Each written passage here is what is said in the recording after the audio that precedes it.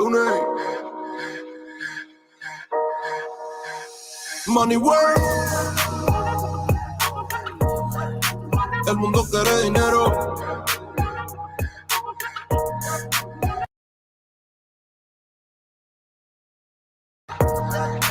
Se arregla con dinero. Money work. Si me quiero educar, dormir en algún lugar, un lugar para trabajar, y si no hay pues emigrar. Todo money, money, todo el dinero. Solo un par de gente se lleva el putín entero. Money, money, pasa verdadero. Si tienen lo verde siempre llegará primero. Pero llegaremos antes o después. Solo a lo suyo, que Dios todo lo ve. Que por más que tarde lo veré caer. Somos más lo bueno y tenemos fe. El dinero ya lo veré. Yo vendo mi alma, lo lograré. Seré el más grande, no olvidaré de dónde vengo ni cómo fue. Money work. Yeah. El mundo quiere dinero. Money work. Se arregla con dinero. Con dinero. Money work. Yo digo las cosas como son. No quiero ninguna aceptación. Tampoco vengo a pedir perdón porque mis sentimientos se volvieron la canción. Yeah. No me vale mucho como tú me ves. Sabes, tú me llegas solo a los pies. Para mí ser grande es un interés. Ser un buen humano para mí es un deber. El dinero ya lo veré. No vendo mi alma, lo lograré. Seré el más grande, no olvidaré de dónde vengo ni cómo fue. Money work. Yeah. El mundo quiere dinero. Yeah. Yeah. Money work. Se arregla con dinero. Yeah. Money work. Corazón, de corazón. La plata no te hace ser feliz.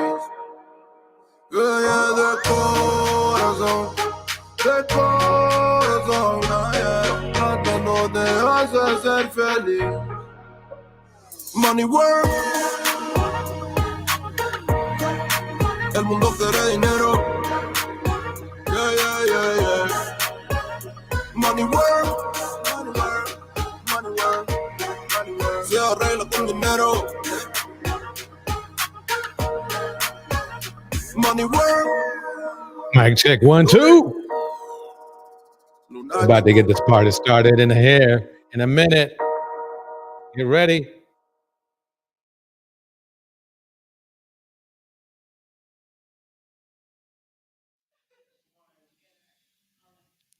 And the pot calls the kettle black, calls the kettle burnt, calls her mad.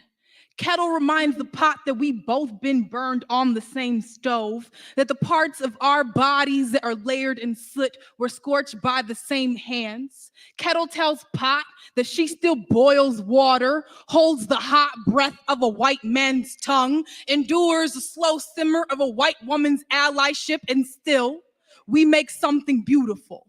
Pot calls the kettle wicked, and kettle says no, but says she's so magical she burned the hand of the last man who tried to pour himself a piece of her.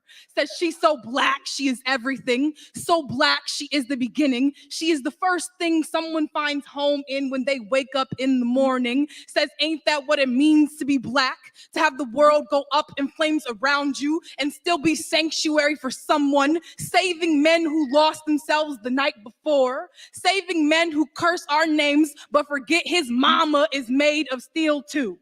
And now the pot has no words but calls the kettle bitter, but loves the glass pan, the fine china, loves all the exotic shit white men put behind glass casings, loves how fragile things not made of steel can be.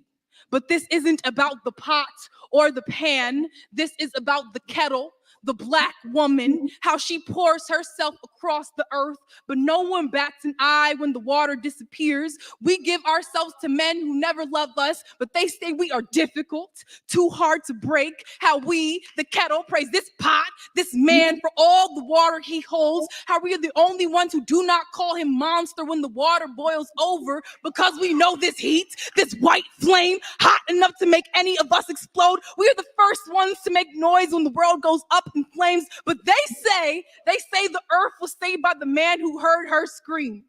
Pot calls the kettle black, and kettle says yes, but says you best remember you black too. The next time they bring a fire to your neck, they burn black bodies on the stake and the stove. Pot calls the kettle black, and kettle says bitch I might be, says nuck if you buck, then says wipe me down. Kettle says yes my nigga, I be black, I be mad, and I boiled the last man down to his bones when he tried to test me.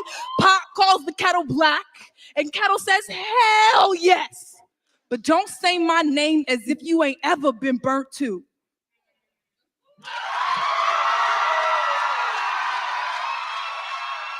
All right. All right. Before we get our main show started, let me pause that for a minute. I need to put somebody up on the screen. Welcome, Sugar Love. Welcome, Mistress Newbie. Welcome, K Brown.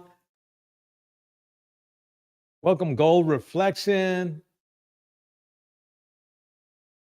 Welcome, Columbus Hill. A lot going on today. The weekend, football, fun, everything. I want you to see an image of a criminal, because it's demon time. Unfortunately, it's demon time. Criminal who has multiple warrants. Criminal who has restraining orders. Criminal right here. But there's plenty of Ernestos out there.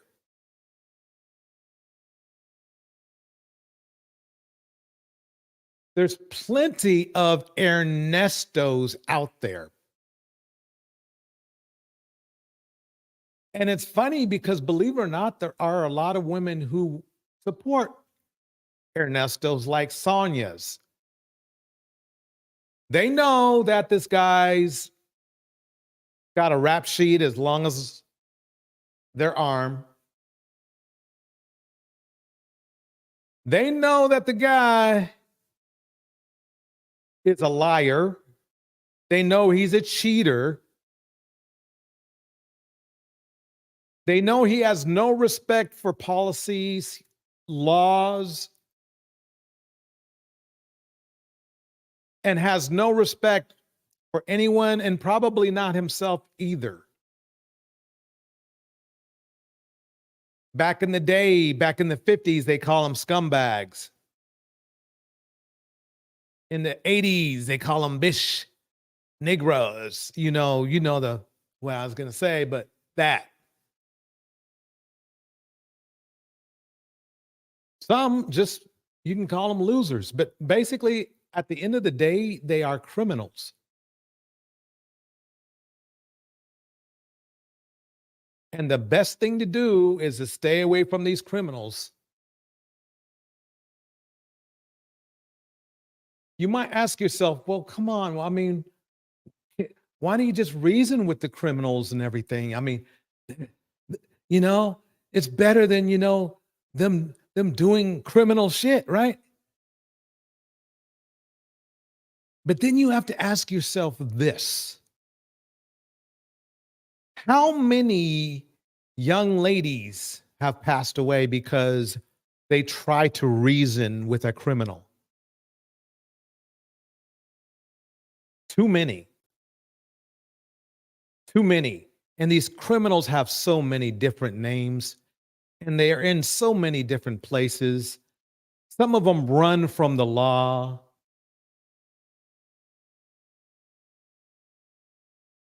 So the key is this. The answer is this. Follow the law.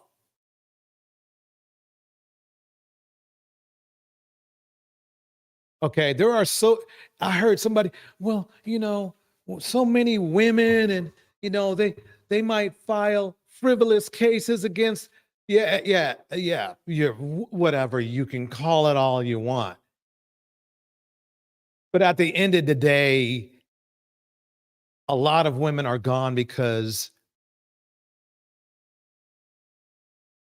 people like the person who said this didn't take them seriously. Shouldn't you just work at something out with, dude?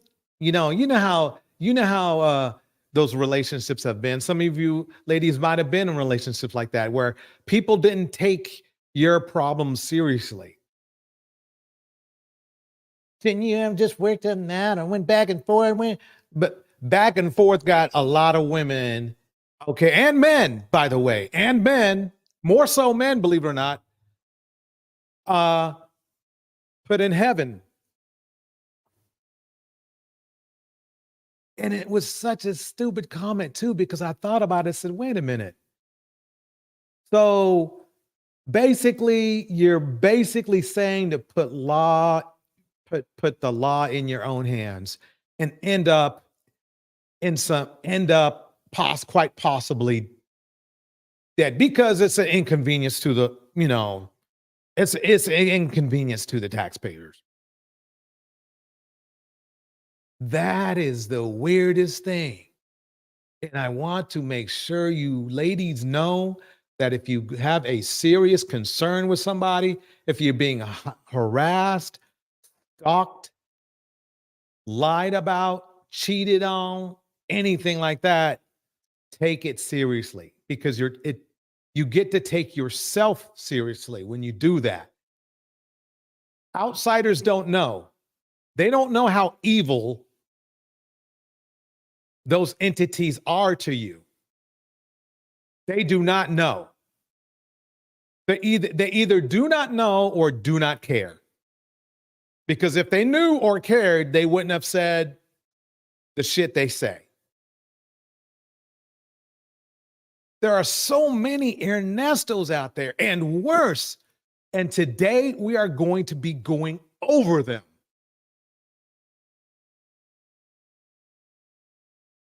It is important you know how these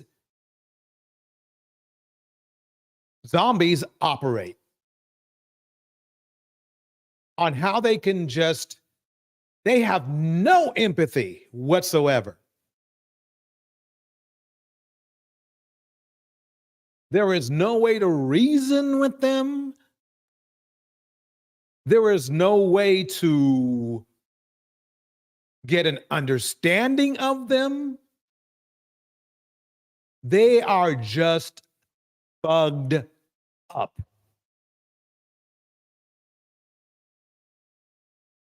Violent entities.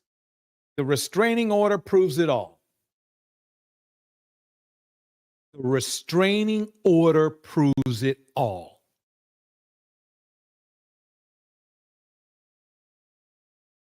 Believe it or not, very, very, very rarely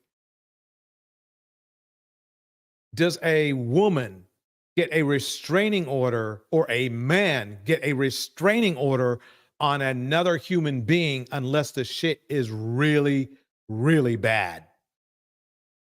And if these people have like a lot of restraining orders, which to me is anything more than one is a lot, really. One is a lot in many cases. Look at Darius. Kiki has to deal with a restraining order bandit, but they are all over the place. Ernesto is a restraining order bandit. There are restraining order bandits all over the place, and including on YouTube. They're all over the place, including on TikTok, all social media, Yahoo, So you have to be very, very careful. And that's why we do what we do here on Sundays, because we like to arm women with the information and the signs you need to know when you have a problem in front of you. And you can call that problem many things. There's nothing, you can't reason with them. I'm telling you, it is not going to happen. They are just pure evil. And you can swim around in that evil pool with them for a while, but sooner or later, if you have a disagreement with them, or if you want to do you, their psychopathic ways will come out.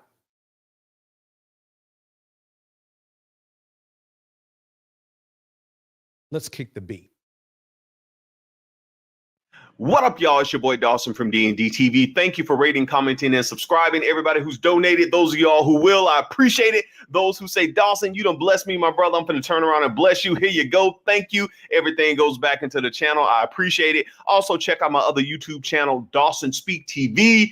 Thank you, thank you, thank you. We are at 80,000 subscribers on Dawson Denise TV. All right. Congrats, Dawson Denise TV. Make sure you like and subscribe. Right. Let's keep it going. I wonder if he tried to get away. You know where niggas are going now? I heard that dudes are like, when they get in trouble with the law, they're flying to, it used to be Colombia, but now it's more so Africa, believe it or not. That's where they go when they get in trouble. I appreciate it because I remember when we had 60 subscribers, then we turned around and we moved up to 1,000, and then we were at 6,000 for a long time. And once I started just speaking truth and changed my mind and stopped chasing fame, y'all came, and I appreciate that. Thank you so much. Now let's get into this topic. 3 of my Facebook friends sent me this message. First, Chandler sent it to me. Then Cece and Francine sent it to me, basically prompting me to do the story. So I looked into it and I was reading and I was like, okay, when I get some time, I'll do the story. And the story is Kelly Stovall, a 36-year-old transgender woman from Detroit who was murdered on Friday in the city's Palmer Park neighborhood. On Monday, the Wayne County Prosecutor's Office charged Albert Weathers, a 46-year-old pastor, in her murder.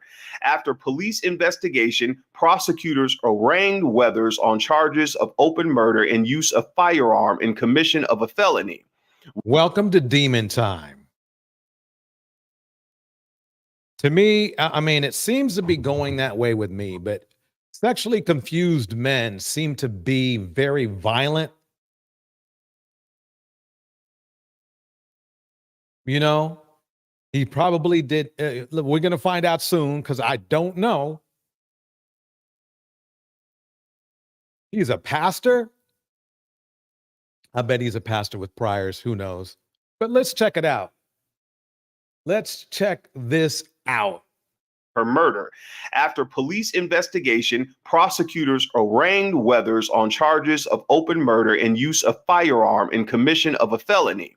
Weathers is due back in court in late December. His bond has been set at $1 million. Now, I'm going to let you all watch this news clip, and I will be back with the rest of my commentary. And if you know me and if you're new to my show, I don't hold my tongue. I will say what I want to say. And if it offends you, you know what to do.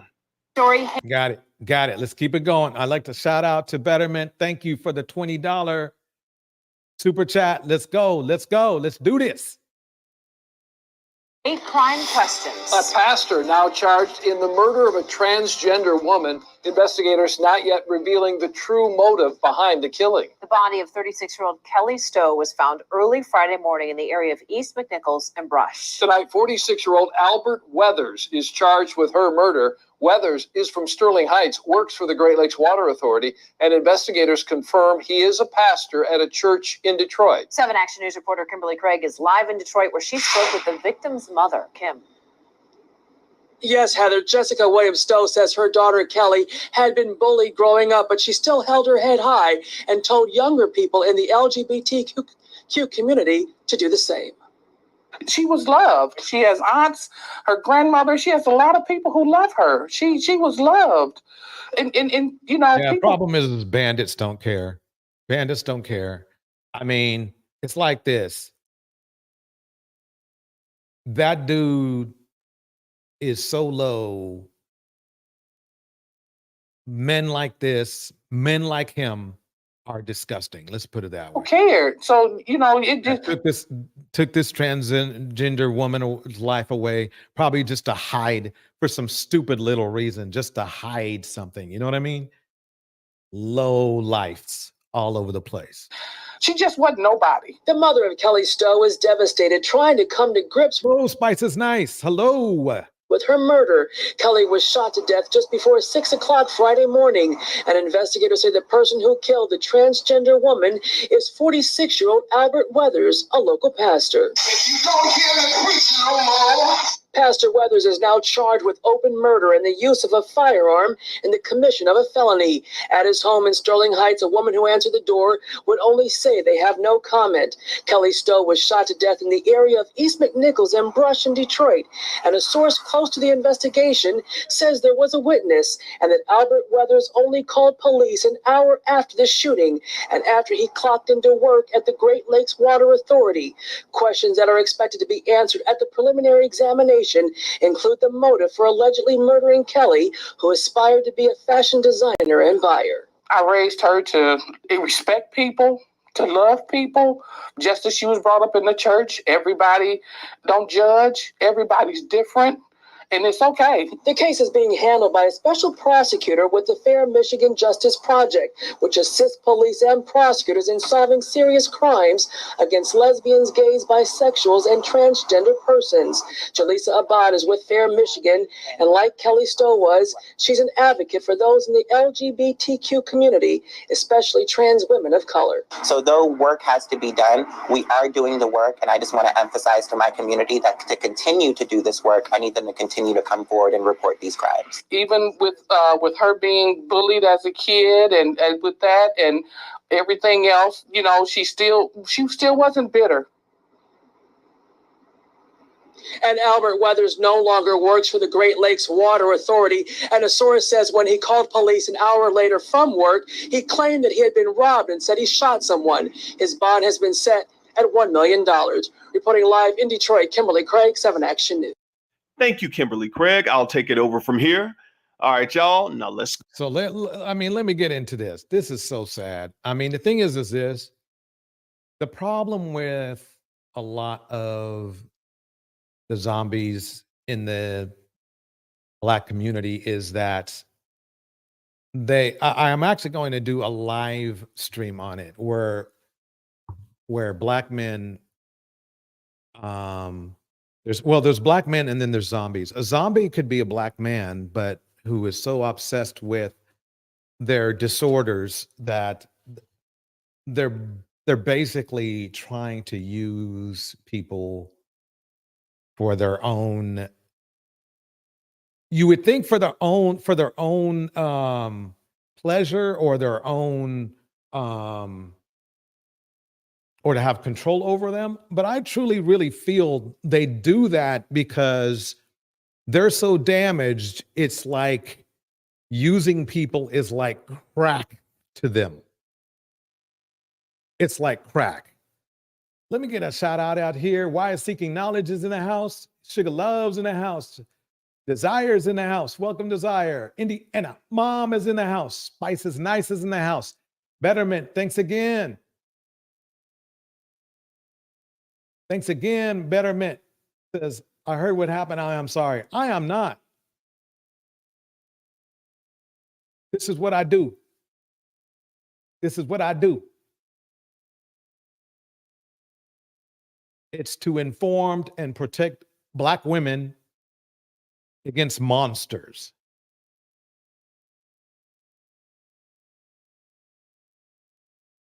Against monsters. Let's keep it going. Go in. Now, prosecutors say that they have and will present enough evidence in court to show that Kelly Stow's gender identity was a motivating factor in her murder. And basically, they charged this pastor with a hate crime. Yeah, down low brothers are the worst. They have a lot of pent up, you name it, that's pent up. Anger, sexual desire for both men and women. They got criminal records, all of them. I guarantee you this pastor has a criminal record. Criminal records. They got restraining orders.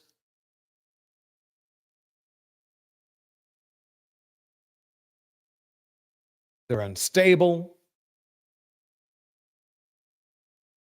Let's keep it going. And I was sitting here and I was wondering, well, how can they say that? Because the pastor said that, he was robbed and that somebody robbed him and all this kind of stuff like that. And I was like, let me look and see this neighborhood. And when I was looking at the Palmer Park neighborhood, and if you are from Detroit or been through Detroit, or if you want to research it yourself, I definitely suggest you all do that. Never take our words for it here on YouTube. Do your own research. Come on, y'all. Do your own stuff.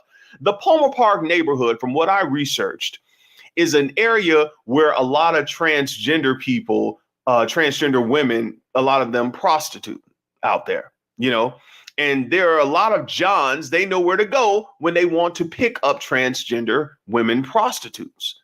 And so I was thinking to myself, why was the pastor in that area?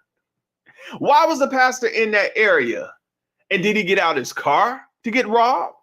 Did the trend? Did Kelly come to his? I mean, how did it happen? Yeah, I mean, that's the funny thing. See, the problem with zombies, bandits, whatever you want to call them today, take your pick. Is they're not really good at thinking far ahead. They really aren't. They know how to be deceitful and cunning and all that kind of stuff. But that's why. But there's a reason why they get caught or they have to flee the law. There's always a reason why. And when I read that that's a popular area for prostitution for people who want to pick up transgender women prostitutes, I was like, you know what? Y'all play too much. And there were tons of people in the comment sections on different videos I watched and on different blogs and articles I read.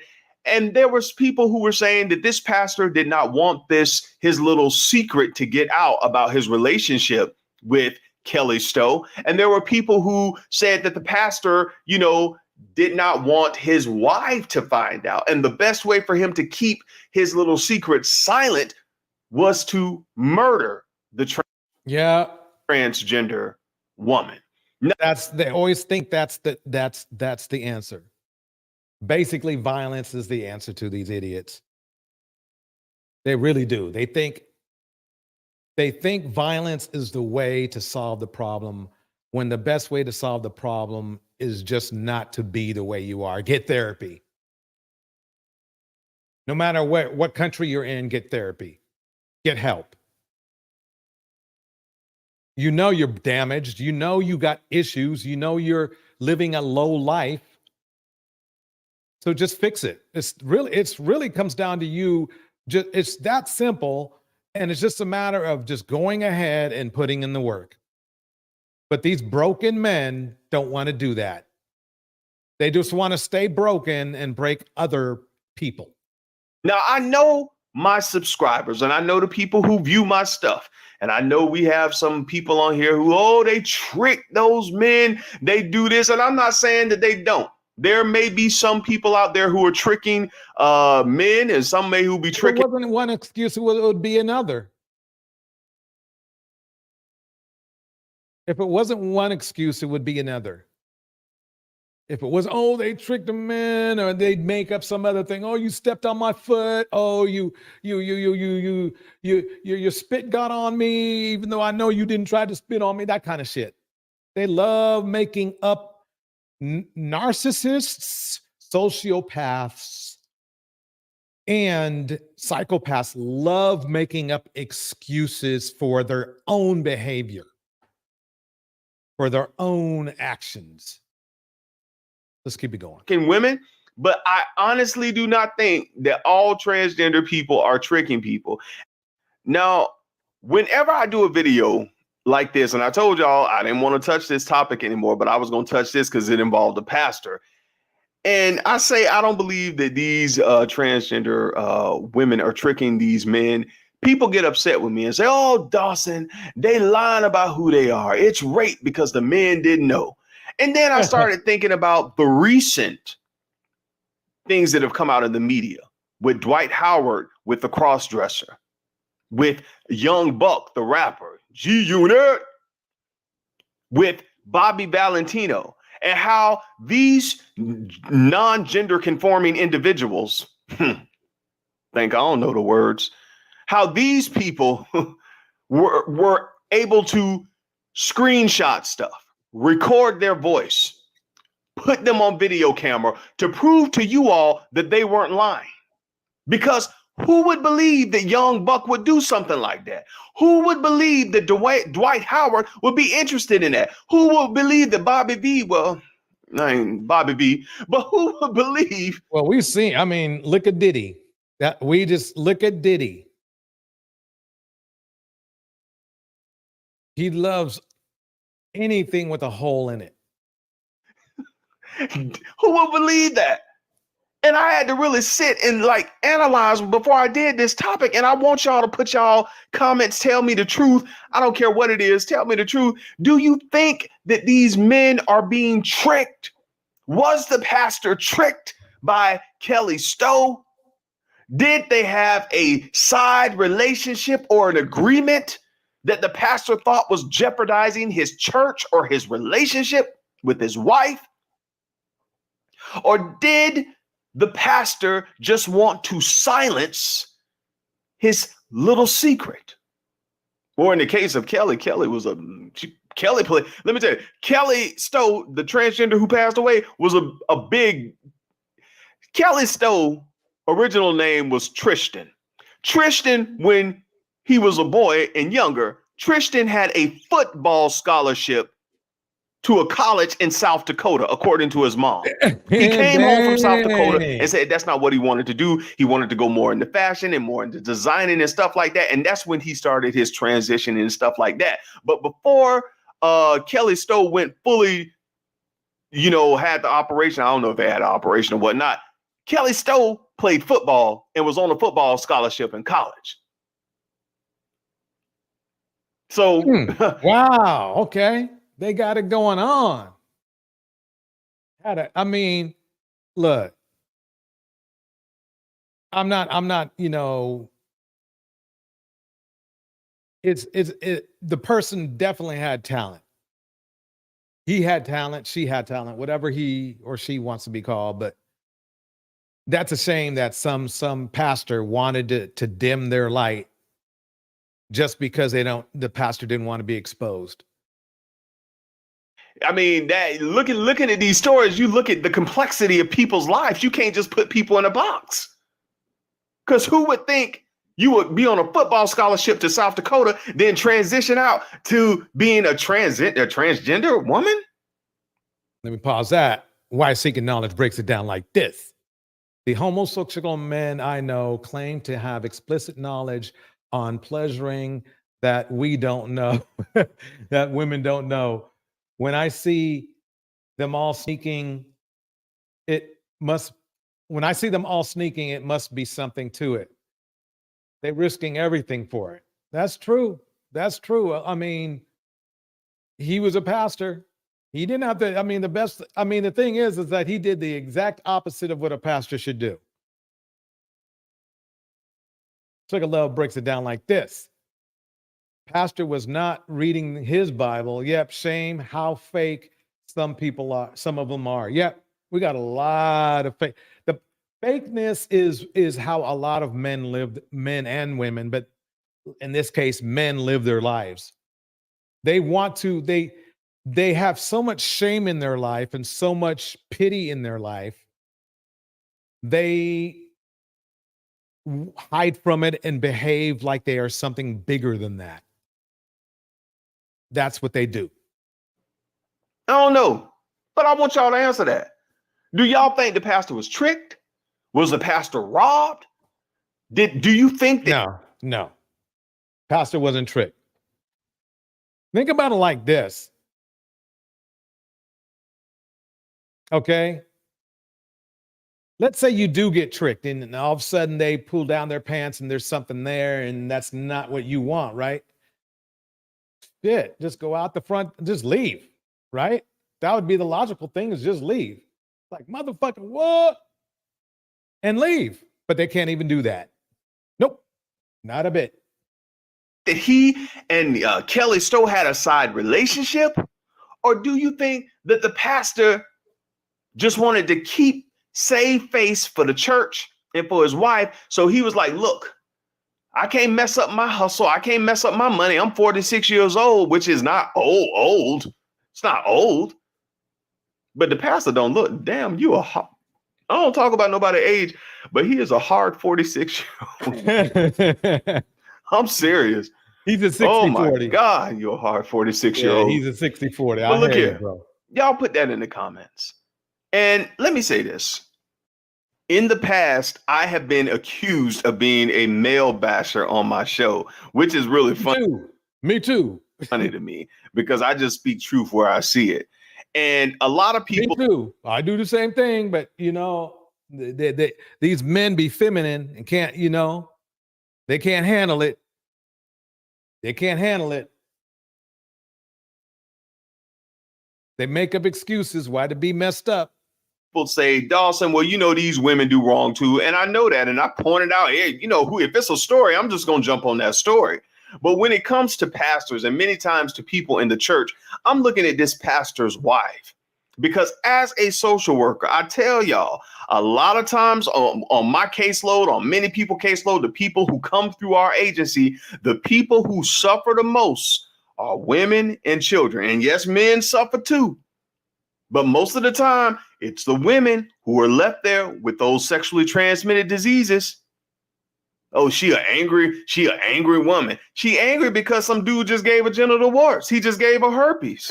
Oh, man.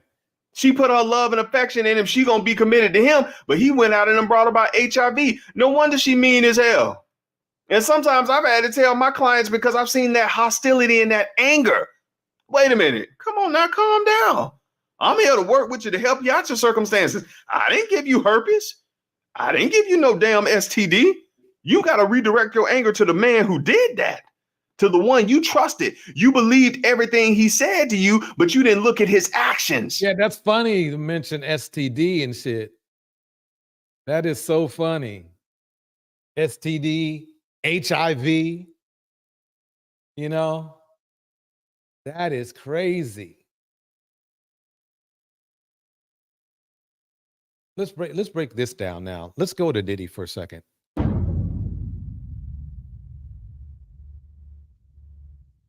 Mark Curry, happy to have you on the platform, my guy. Man, I'm thankful to be on the platform, man. Thank you, you know. Thank you, man. I mean, it's a blessing to have you, my man.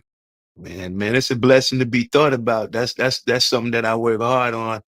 This being here means that much to me, because, you know, I never thought, you know, I can't say I never thought that this one day wouldn't happen, but I just didn't know when. Wow. Okay, so let's break this down. Diddy's violent towards women. He wiretapped Kim Porter's phone. He's selfish and insecure. Wow. Okay, let's see what this guy is. So with that being said, for the people that's not familiar with you, introduce yourself to the people. Yeah, my name is Mark Curry. You know, I'm a former bad boy recording artist. A lot of people, you know, I made a lot of hits for Puff, gave him a lot of good words to say, inspiration. You know, sometimes a lot of people live through your words. So there's a lot of my words that I may have gave him before in life that he lived through to help make him. Come from Atlanta. I'm from New Jersey, New York when I was raised though. I grew up in Atlanta. I'm a book author. So I wrote a book. I'm a carpenter, master carpenter. Man, I'm just all the above, man. A brother, your brother, yo. That's me. I don't like to put big titles on myself because I feel like I could be anything that I want. I don't have like one set title of me. I think that I could be everything. So when you ask me about me, uh, without without me tooting my own horn, I just say, man, I'm amazing. For the people that don't know, right? Let them know some of the hits you was a part of. Okay, yeah. What hits? Let's hear the hits. Okay. Well, a lot of people know me from that one song, as Bad Boy for Life, with it ain't, it ain't changed that verse. Then I wrote a lot of hits for Puff, like let's say the Godzilla song with the Come With Me with Led Zeppelin. Rest in peace, Led Zeppelin. I had the opportunity to work on the song This Is Not America, David Bowie. Rest in peace. Damn. He worked on that? That's deep. He's David Bowie. I wrote several songs for Puff. So he was a real songwriter. On his P. Diddy and the Family on the Forever album. I might have did a single on Forever album, the PE 2000 with my man Roger Green. Just I'm an artist that just so happened to become a ghostwriter by default. Yeah, that verse you had on Bad Boys for Life was dope. Yeah, Bad Boy for Life. Yeah, Black Rob, you got Black Rob Muscle Game. You got Gangsta Shit, Lil Kim. Let's fast forward. It'd be like, you only did one song for Puff.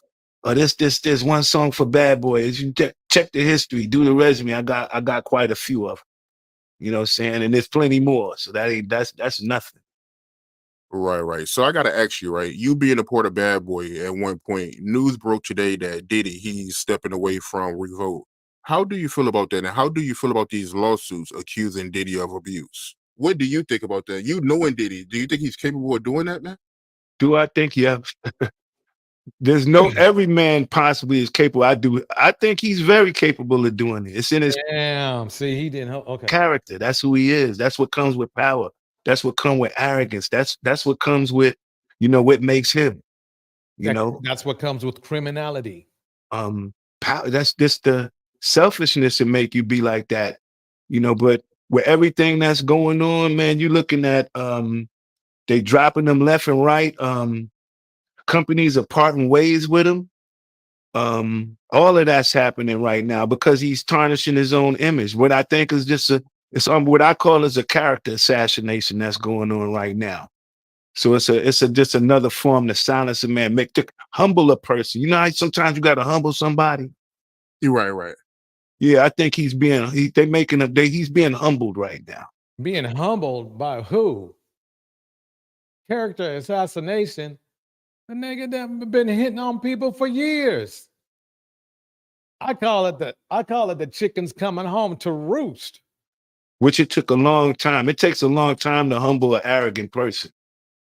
So yeah, Diddy, it takes a long time for justice to prevail, but I guarantee you, most of the time it does if you're patient. he's an arrogant guy. Very arrogant, selfish. All of those kind of things that you don't like. You don't never see in a true friend or a grown man. You know what I mean? Like you're a grown man, you carry yourself like a grown man. He does exactly, Golden Lady. Oh, he humbled himself. Doesn't carry himself like a friend. So you're not surprised when you hear Cassie say that, Diddy, he used to hit her and she had to cover up her bruises with makeup. You're not surprised when you hear that. Because I interviewed Gene Deal and he wasn't around Bad Boy when Cassie was around, but he told me that, he did the same thing to Kim Porter. Or you could take it before then, and then you could remember when Misa was dating Eric Sermon from EPMD, and that was her childhood boyfriend. Like coming up, they was the lovey-dovey couple, and it was back then. He used to do that with Misa. So one thing I always say is, as a man, see, that's the funny thing. It's dudes know when a bandit is a bandit. but they still support him. They still know that he is 100% bandit. You know? Welcome, Miss RV. Welcome, Golden Lady. Welcome, Sugar Love. Welcome, Mr. Snoopy. Welcome, Why Is Seeking Knowledge. We're going to keep it going. If you're in the chat, feel free to put something in. Got to get my shout outs out. But anyway, that's the funny thing. And then what's funny is then everybody wonders why the black community is the way it is. It's because the dudes let dudes slide. Dudes let dudes slide. You know he's a criminal. You know he's in on that DV tip. You know he's got, you know, he's a restraining order recipient, and you let him slide. You give him more respect, and you give him more rope than you should. You know what I mean? And you know he's a pedo. Yep, Feisty Black Tina, welcome.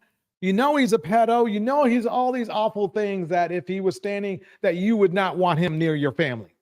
But you let him slide. You let him slide. Feisty Black Tina breaks it down like this. Misa was 16 when she met Diddy. He got her pregnant with his first son, Justin. Yeah. They're all like this. They're all monsters like this. All of them. Let's keep it going. And as anyone in a relationship, we often go through these kind of things. So I've seen it in friends. I've seen it in him. I've seen fights. I've seen all kinds. I've seen fights between where he have an argument, fight with a female, whatever it may be. I've seen it with my own friends. But sometimes you say, you know, we all go through things, but once you have a sign of doing it over and over and over again, that's when it becomes a problem. You'd be like, so when you start racking up restraining orders and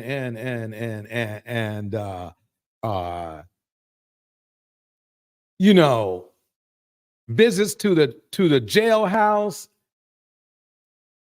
to the point where you know you're in jail or you have to run from the law. And people will still respect those kind of men, just like they respect. Some people are out there still respecting men like Ernesto, men like Diddy, men like Jason Derulo. I could make a long list of monsters, literal monsters. Like if they did what they do to other people, to your family, you would hate them. But since it's not your family, so I don't have a problem. That's how you say it. That's what's going down. That's what's going down. And I'm playing Diddy purposely on today's live stream because you're going to say, well, wow, you know, it's all bad how, you know, that happened. And you're not going to connect it to men like Diddy or your favorite person on YouTube. You're not going to connect it to them, but they're really the same evil. It's really the same evil. You don't know what they have or have not done. You really don't. And if you found out, you probably wouldn't want to know. Let's keep it going. Every relationship that you get in, you're violent in them. So you say, you know, I don't have to wait to see what he would, you know, I was around when Cassie was there. I knew Kim Porter before I knew Puff. I met Misa. But, you know, it was a history. When you have a history of the same thing, man, it becomes a problem. Something you do once or twice, you get over. First, you're not supposed to put your hands on a woman's way I was raised. Yeah, we know plenty of people who are, and that's what I don't get, how women support men who make it a normal practice to put their hands on other women. There's paperwork on them that proves that they do that. Numerous times. Well, he'll stop. Oh, he ain't like that. Then he shows that propensity and you still trust him? That's what's weird to me. Welcome, LW, Academy Hub for Women. That's the weird part. So, I mean, this is important for me to tie Diddy in with this, because you need to know, you need to understand that he's a monster, and the other men you'll see are monsters as well. Here we go. And the only person that really put their hands on women really is people who have men who have feminine traits. Oh,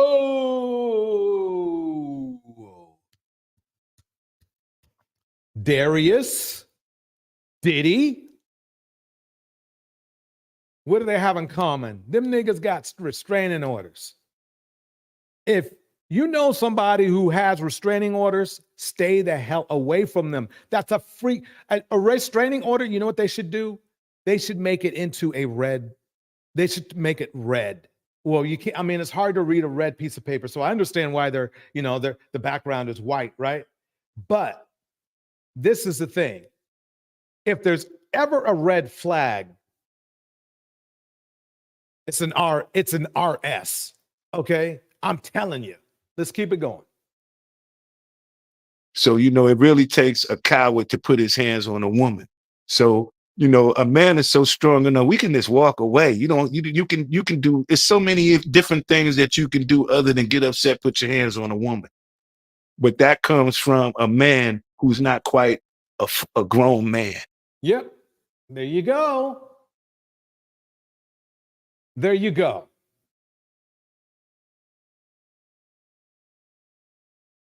It's still a boy, like a bad boy. And speaking of Kim Porter, because you knew Kim Porter. I wonder if he did that pun on purpose. Is it true that Diddy broke her nose? Bust her nose, man. But it was all, insecurities. Anytime a man would go out his way to wiretap someone's phone or put taps in their homes just to monitor their conversation, that's a sign of insanity. So when you see someone doing that, you can imagine everything else they do. What do you think he's going to do if he found her on the phone talking to someone and or feels that she's cheating on him or somebody sleeping with his girl? What you think he's going to say? Ooh, I caught you. Ooh, I heard this. Nah, he's going to come in with the, it's going to be a fight. That is called being, what would you call it? Well, I mean, you guys know where it's coming from. I mean, the bottom line is this, is that being unstable, having no control over your emotions, welcome legs for life. Stay away from dudes like this, I'm telling you. But that's something that you've seen from the inside. When you're on the inside looking out, it's like looking at Blueface and his girlfriend always arguing on TV, they toxic relationship. Yep, it sure is. Welcome, Miss RV, Alexander Brandon. So when you're on the inside looking out, you don't really see them like fighting. You just be like, they tripping. This is their relationship. It's been going on like that with them for years. So usually when you notice Puff was in those kind of violent relationships with his females, this been going on ever since 2-3 years. This ain't just something that just happened. This ain't the first fight. It ain't the last fight. Yeah, I know this story. I seen a lot. I seen him walk in with scratches and bruises on his face. And you be like, who scratched you up, dog? Who's scratching you? What, you had a fight with a cat? What's going on? Damn, I wouldn't be surprised if Diddy did some really, really. Let's keep it going. So he put his hands on females, put his hands on producers, executives. That's a funny thing, is how do they just keep getting away with it? I guarantee you, like if Diddy disappeared from Bad Boy, let's say he just stopped working at Bad Boy, they would still have made money. Who knows? Probably by another sociopath, but still, you see my point. So it wasn't, why keep those kind of people around? Let me keep it going. That's just his. I guess that's what the whole name bad boy comes from. That people don't really understand. What is it? What is a bad boy? Why did he choose that name? You know, like he never really gave a clear definition of how he feels about that name. Not yet. Could be bad business, bad friendships, bad blood, all of that kind of bad stuff. You know what I'm saying? Yeah, Bad boy. we do. We do. Welcome Sunday. We're going to jump right back into the main program. I wanted to make sure you knew what kind of man Puffy is. And a lot of men in the manosphere and in the space are just like Puffy and just like the preacher. Let's jump right back into demon time. Here we go. On this episode of Black Girl Gone, I tell the story of Latrice Curtis, a 21-year-old woman who was found dead on the side of a highway on January 30th, 2008 in Raleigh, North Carolina. Latrice was a college student and a newlywed. But on January 29th, the night before she was found, she called her husband to tell him that she was on the way home after class and she was stopping to get food. But Latrice never made it home. 2 days after she was found, an arrest was made. But when the killer is identified as a local minister and former pastor, the community and her family are shocked. But the biggest question to answer was why. This is Latrice's story. For those of you who have heard of Latrice's story before, you already know how twisted this case is. At the center of the story is a young woman who was brutally murdered. And unlike most of our stories, this wasn't at the hands of someone she had a relationship with, but by someone that most people would consider to be the least likely suspect. That is until the whole truth is revealed. At the beginning of 2008, Latrice was living in Raleigh, North Carolina with her newlywed husband, Darren. The couple had gotten married April 27th, 2007, after dating for a few months. After previously attending Bennett College and Wake Forest Tech, Latrice enrolled at the University of North Carolina Central, where she was majoring in accounting. She was also working part-time at a local Sears. Her friends and family said that Latrice was the kind of person who encouraged others. And by all accounts, she was a happy person who seemed to always have a smile on her face and was fun to be around. It's not clear where Latrice met Darren, but for them to have gotten married when she was only 20 had to have been a big step for such a young woman. And as much as Latrice may have been in love with Curtis, she might not have really been ready for that level of commitment at that age. Now, most of what we know about Latrice is this sensationalized tale about the circumstances surrounding her murder. And so the details of her life haven't been important parts of her story. What we do know is that Latrice was young, and when you're young, sometimes you don't make the best choices. However, Latrice's choices are not the reason for her death. Listen closely. Listen closely. Did, however, put her in the crosshairs of a killer. Latrice had married Darren in the spring of 2007. However, she had also been seeing another man. Now, I don't know if she had been seeing him before she got married or the affair started after, but he was someone who Latrice was having a sexual relationship with, which continued throughout 2007. See, the thing is that when you put yourself in front, when you put yourself in front of mentally unstable human beings, they are looking for excuses to be unhinged. It was going to get, yeah, you know, cheating is just, will get somebody mad quicker than other things, but I guarantee you not. An unhinged person, unstable person is going to be unhinged sooner or later. That's just the way it is. And the best thing to do is to stay away from unhinged human beings. The young man's name was Stephen, and he too was a student at the school where Latrice was taking classes. And so, although it's not clear, I assume that's how they met. Now, according to reporting, Stephen was a basketball player at the school and had a reputation of being popular with the women on campus. Stephen said that he was aware that Latrice was married, but he said that she had told him that they were separated at the time. But he also had a girlfriend, and so he probably didn't care that she was married. Now, there's no way to know what was going on in Latrice's mind at that time. I mean, maybe she had gotten married too quickly, realized her mistakes, and then wanted out. I mean, I couldn't find any information that the young couple was having any significant issues, but nonetheless, Latrice was cheating on Curtis. At the time, Stephen was renting a basement apartment from a local minister, and so their encounters would take place there. On Tuesday, January 29th, 2009, Latrice went over to Stephen's house after attending class. They had sex, the details of which I will spare you, but after they were done, Latrice got in her car and started to head home. Darren said that he got a call from Latrice at around 10 p.m. that night, telling him that she was on her way home from class and that she was going to stop and get something to eat.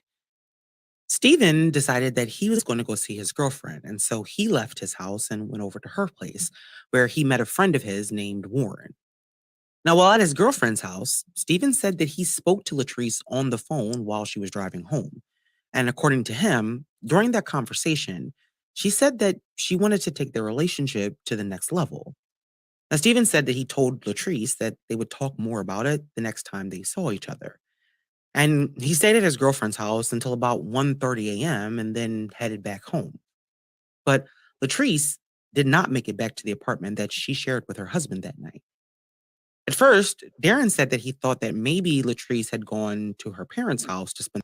Man, man, I'm telling you, I know that everybody's grown, but you got to get into a system of knowing, to do check-ins with friends and family because it might be life-saving. Let me just put it that way. You do a check-in. If they know that you didn't call within a certain amount of time, they could call in the cavalry or something, you know? Um, you got to, I know it sounds like, well, I'm grown, but you see how crazy people are these days. You got to do it. In the night. But by the next morning, Latrice still hadn't come home and wasn't answering the phone. At 8:25 a.m. on January 30th, Darren called 911 to report his wife missing.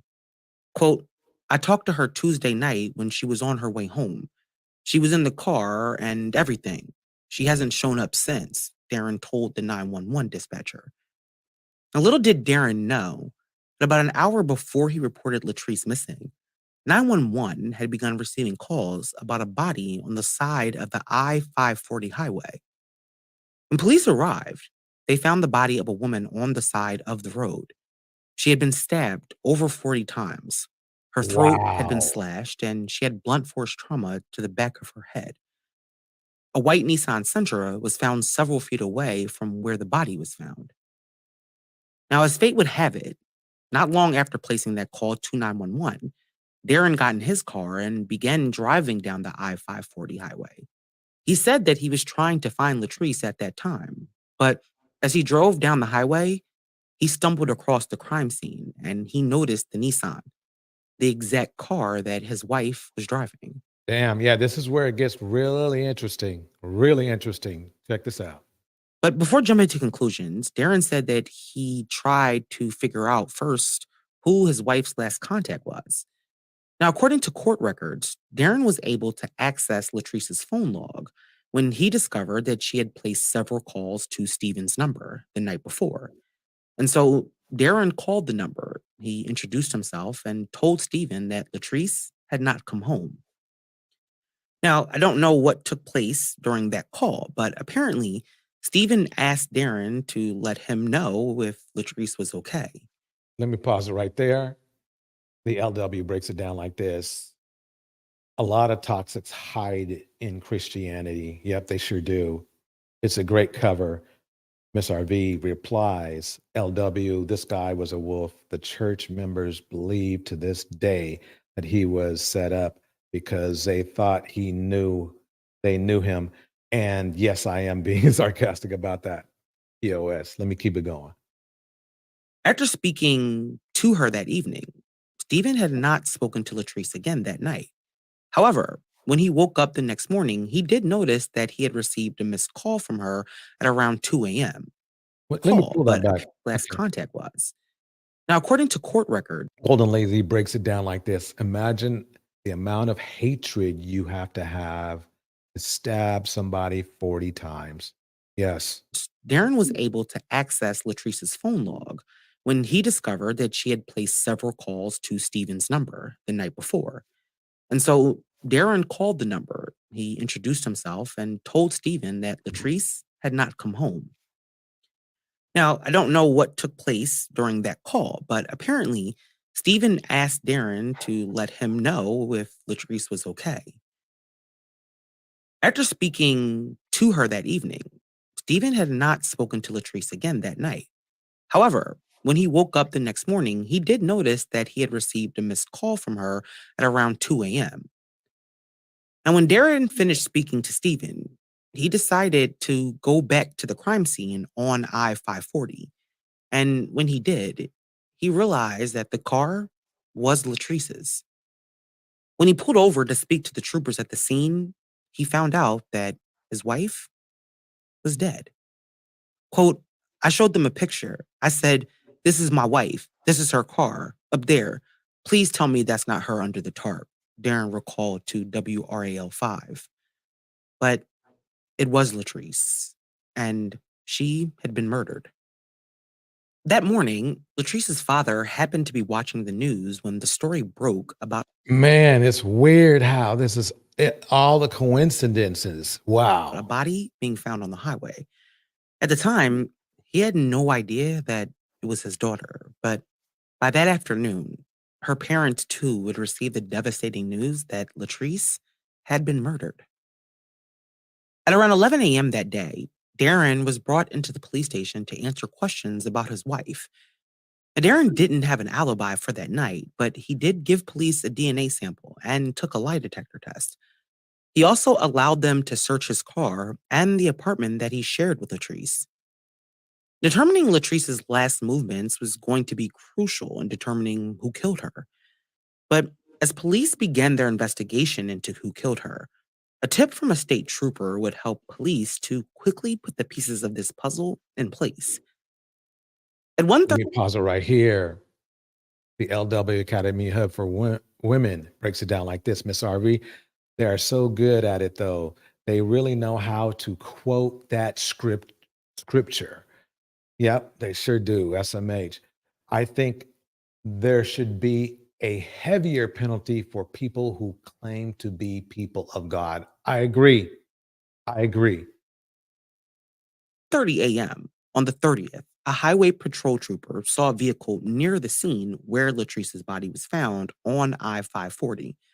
The hazard lights were on, and the driver's side window was halfway down. The door was locked, but the keys were in the ignition, and no one was around. The trooper said he also noticed the white Nissan Sentra that belonged to Latrice on the opposite side of the I-540 with its hazard lights on. The trooper said that he saw Latrice's car in the location where her body was later found that morning. And so he said that he decided to run the plates of the first car that he found and discovered that the vehicle was registered to a man named Robert Reeves. Ooh, look at that. Look at that. Bella Noir, welcome. He returned directly to the crime scene, showed pictures, and said, please say that's not her. What? Let's keep it going.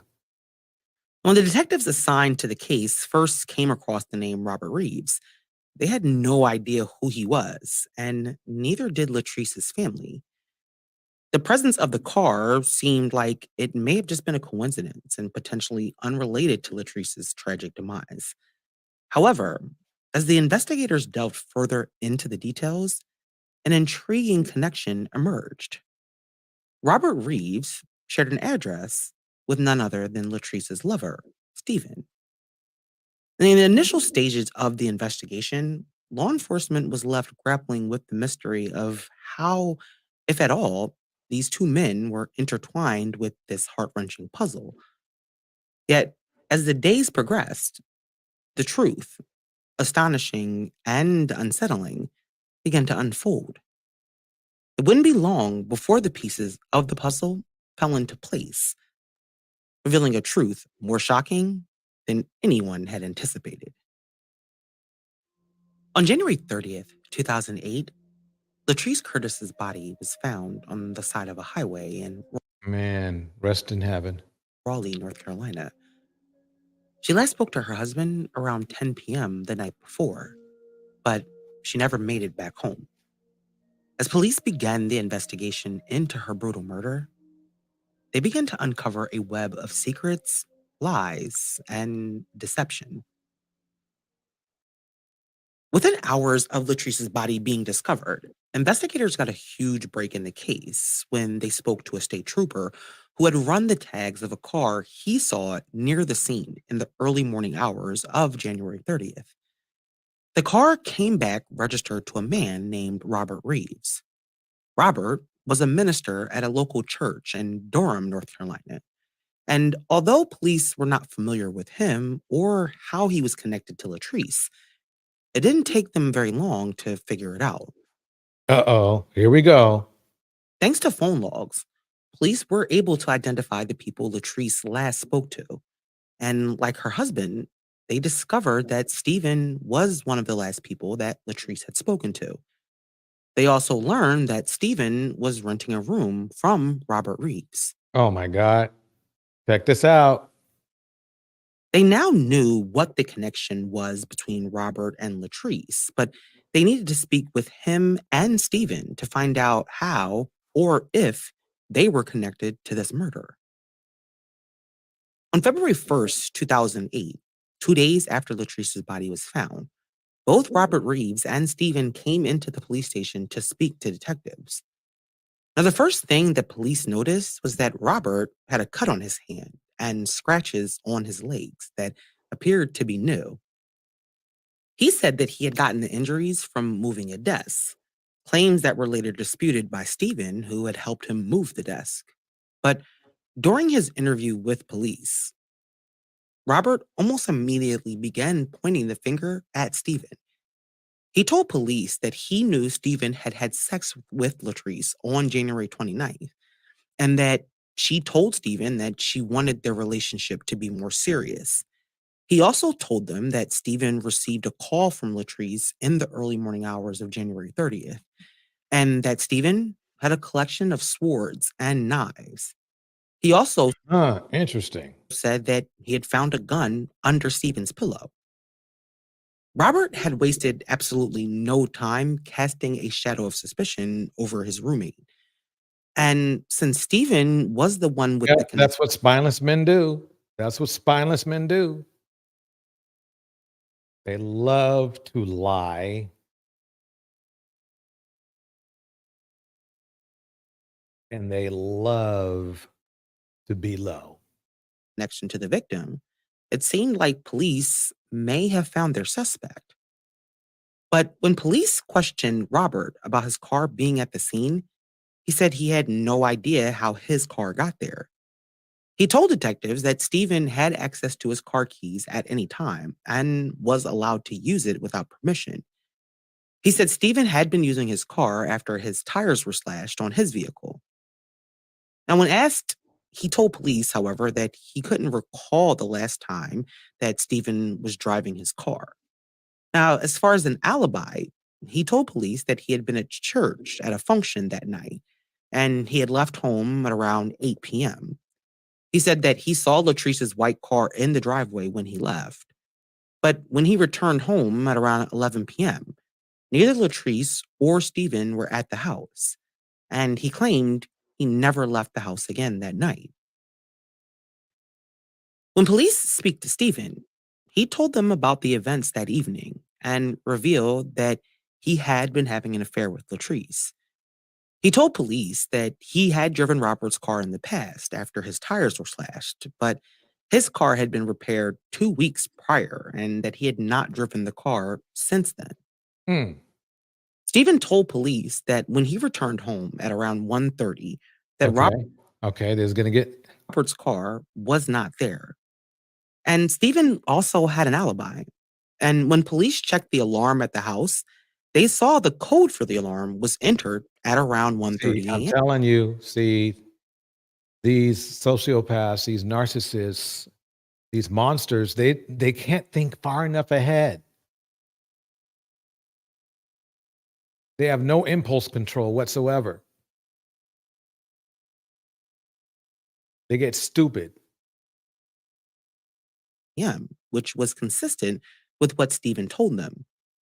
And because everyone in the house had their own code. They also discovered that an hour later, at around 2:30 a.m., the alarm was tripped again. And this time, the master code was entered, a code that only Robert had. Stephen, like Darren, also submitted a DNA sample and allowed police to photograph him.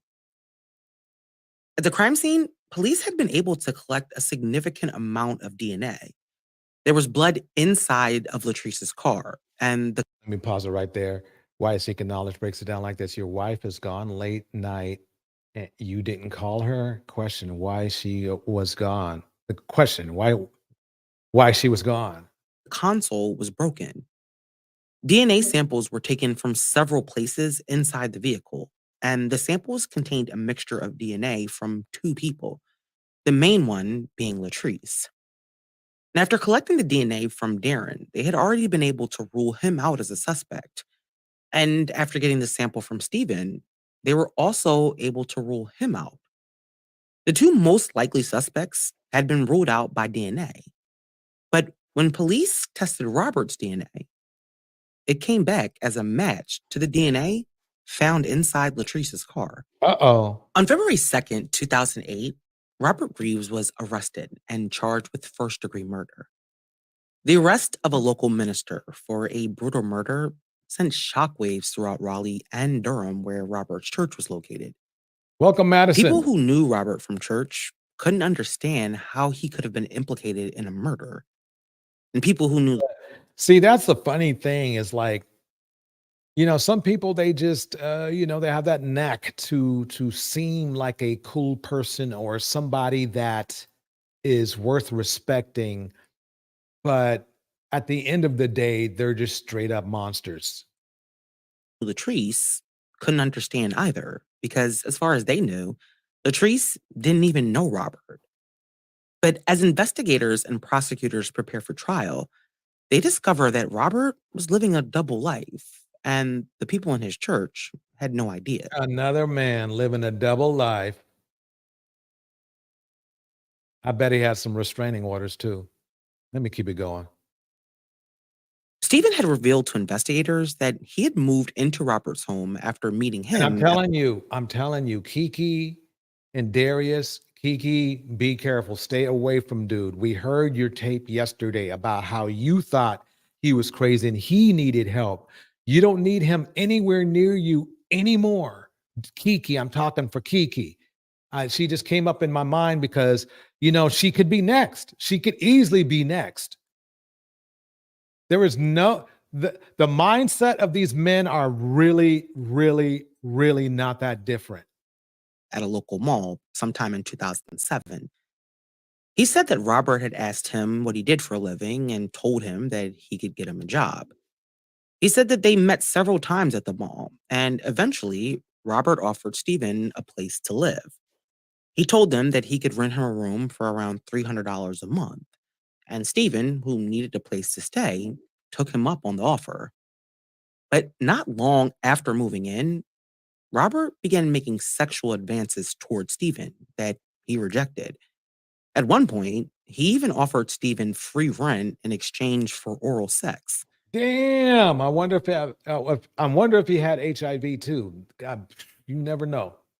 A few months after moving in, Stephen's girlfriend, the one whose house he had been at that night, began receiving strange calls from a man. The caller threatened Stephen and said that he was going to break his legs and end his basketball career. Stephen said that he too received calls from a blocked number, and the man on the phone told him that he hoped that he had a gun. Now, later the day of that call, Stephen said that he found his gun missing and discovered that Robert had confiscated it. Damn. On December 11th, 2007, Stephen planned to go to his girlfriend's house, but his car had a flat tire. Stephen said that he fixed the flat at a gas station and then continued to his girlfriend's house. But that night, Stephen again began receiving threatening phone calls from a private number. Now, later that same night, as he left to go back home, Stephen discovered that all 4 of his tires had been slashed. And not so coincidentally, Robert also called him that night, telling him that someone had been ringing his front doorbell and running. And after telling him about his tires, Robert offered to have Stephen's car towed. But Stephen said that he, quote, could tell Robert just wanted me to come home. But Stephen did not return to the house that night because he, quote unquote, didn't think it was safe. Don't forget to like and subscribe. Don't forget to like and subscribe. Let's keep this going. This is getting really, really weird. The next day, however, Robert towed Stephen's car back to the house and then let Stephen drive his car to school until he could get the money to repair his car. But through their investigation, police discovered that Robert Reeves had 3 phone lines registered to him, 2 cell phones and a landline, one of which he called the quote-unquote fun phone. Police were able to trace all of the calls to Stephen and his girlfriend back to Robert's fun phone. Police had A fun phone. That's a very interesting name. concluded that Robert was obsessed with Stephen, and despite his rejection, turned his jealous rage on Latrice. They had come to the conclusion that he had followed Latrice home that night and then killed her, leaving her body on the side of the road.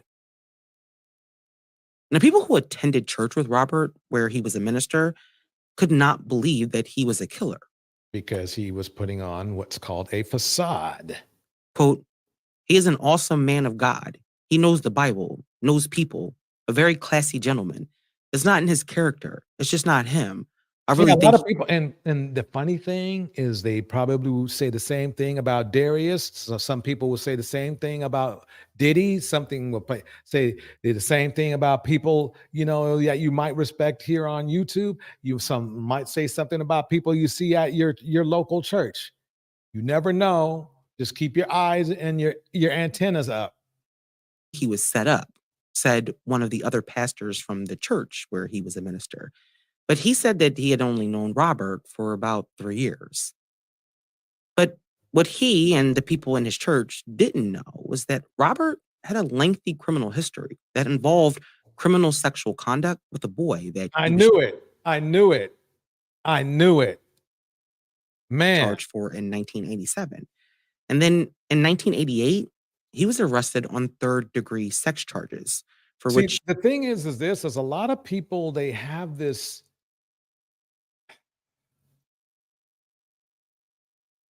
I mean, I understand you want to think that people can change for the better or whatever, but in many, many ways and cases, it just doesn't happen. It just won't happen. People are usually who they are when they grow up. It's like, it's just, unless they really put in the work, most people stay the same. They're the bad habits and the good habits, they stay the same. He was convicted and then served time for. In September 2009, Robert Reeves went on trial for the murder of Latrice Curtis. The prosecution laid out a case with overwhelming evidence, both physical and circumstantial. Stephen testified and offered graphic detail about the sexual harassment that he had been subjected to at the hands of Robert Reeves. The prosecution said that Robert had a pattern of making sexual advances towards young men, and that Stephen was far from the first. The defense tried to point the finger at Stephen and argued that Robert, who has a disability after being stabbed in New York City several years prior, Damn. wasn't capable of stabbing Latrice. Quote, she knows the end is coming. She's fighting. She's alive. Who's the better candidate? A basketball player, an NBA hopeful, or Robert Reeves with a left hand and arm useless? The defense said during the trial. Quote, the motive in this case was not a rebuffed sexual advance at all. Reeves approached Stephen. Stephen refused. Reeves moved on. It was not a motive to kill. It was not a relationship. There was not an emotional bond whatsoever, the defense also said. They argued that the DNA could have gotten in the car through transfer, but they were never able to explain why Robert's car was at the scene. They presented 6 witnesses before they rested their case. But despite their efforts to create reasonable doubt, the jury did not believe them. And Robert Reeves was convicted of first-degree murder, and he was sentenced to life in prison. That's what I'm talking about. If they had the death sentence, I'd prefer that, but here we go. The motive for Latrice's brutal murder is one that is hard to understand.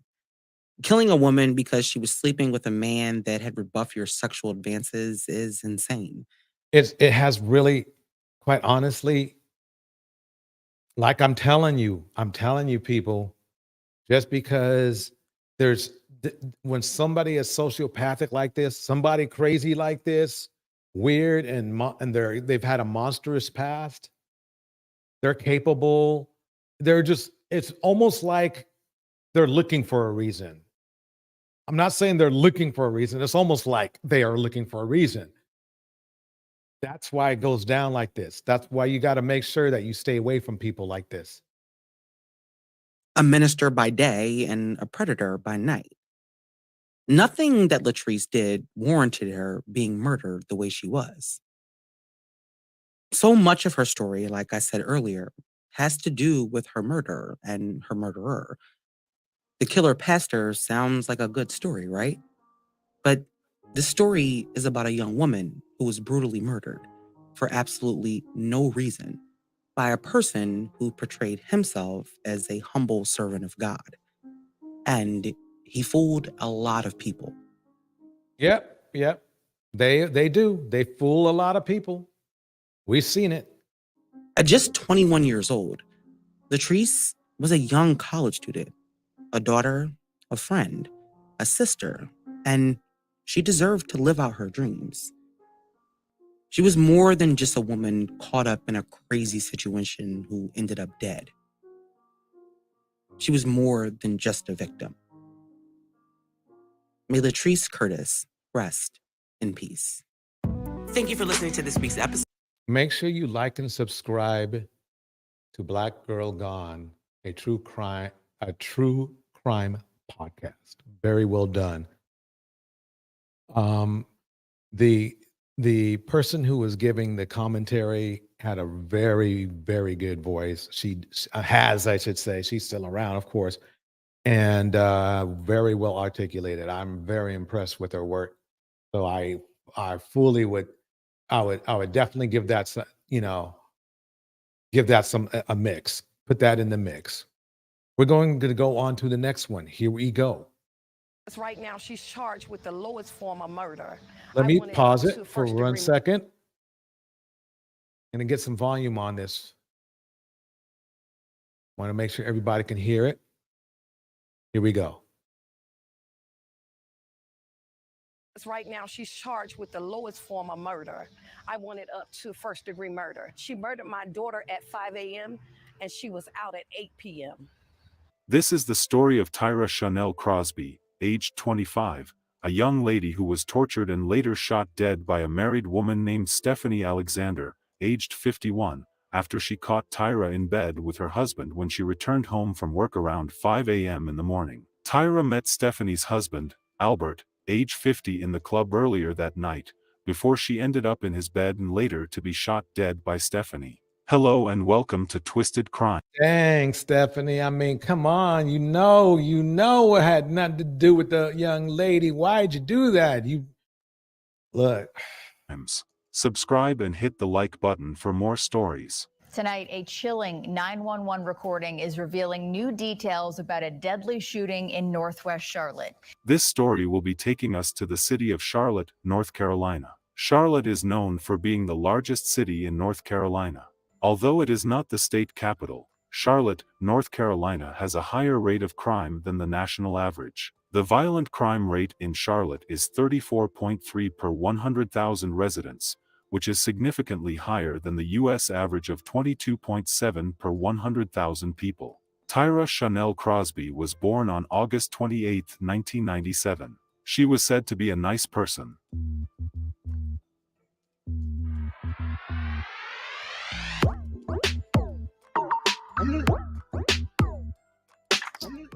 She lived in Charlotte, North Carolina.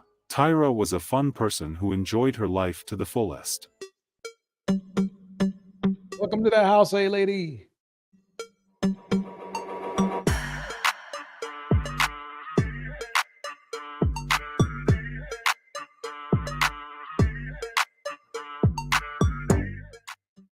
Whatever, Mom.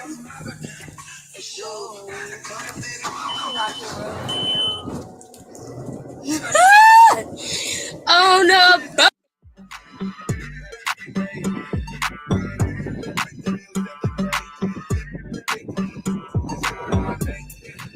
Tyra was happy, outgoing, and full of life. She might have been on the other side of the law sometimes in the past, but she put herself back in line according to her friends and family. They fabricated that whole shit. Now I'm hanging with my bestie. I know, hey lady, really said, hey. Yeah. You know I'm on her lefty. But I'm on her right. You know what I'm saying? We ain't playing. What the heck is going on here? Morris, see you at the Morris. You want? Let me turn it down a little bit. I mean, she got the volume up. Okay, here we go. Already know what y'all and you see stars. DJ Tom. Oh, wiki. Straight facts, B. Peace. Yo, word, respect, B. Yo, respect. Going to work in the morning. Going to the NY. Yeah, that's right, B. The way I'm north. Chaos Rain, it's a young lady who basically got into a situation which turned out very bad. Keep listening. I don't want to ruin the story. We're going to Miami next week. Yeah. Orlando the day after. Yeah. Tyra was in a decent relationship with a young man who she posts on her social media account. She can be seen in some videos playing and dancing with the love of her life, enjoying the simple things of life.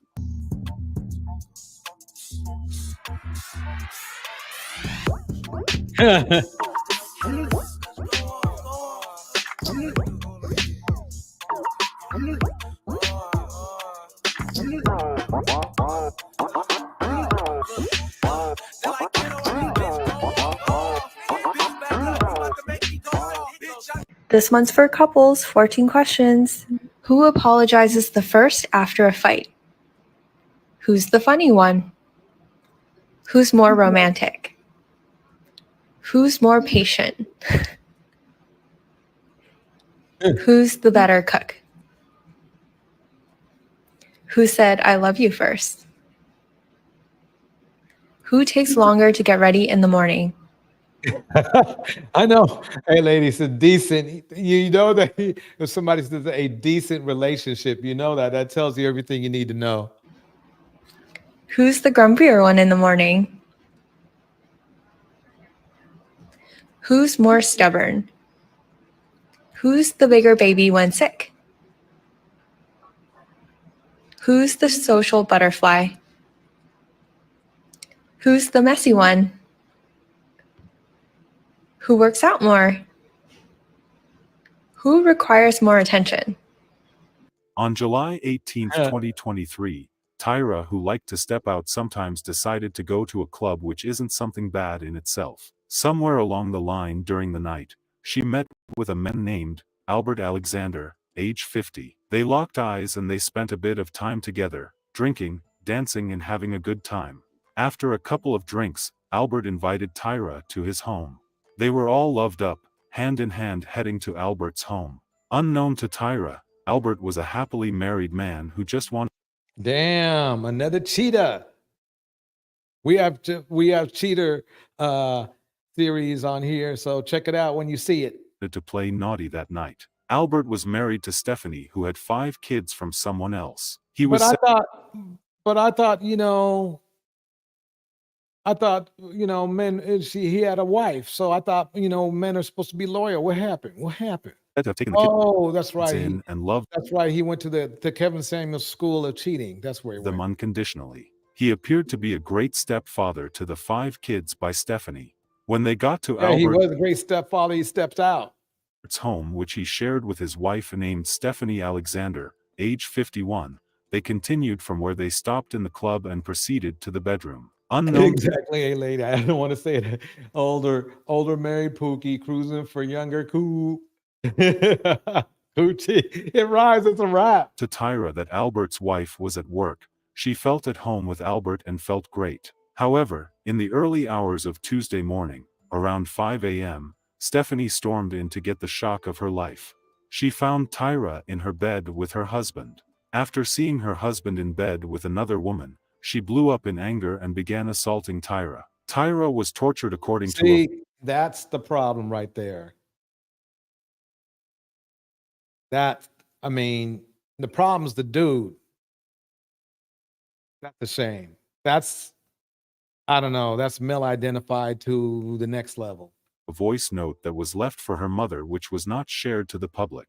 The content of the voicemail suggested she was assaulted, tortured, and then shot after a long time. After all this was done, Stephanie picked up her phone to call 911. This is the conversation she had with 911. My gun and I shot and she's not moving.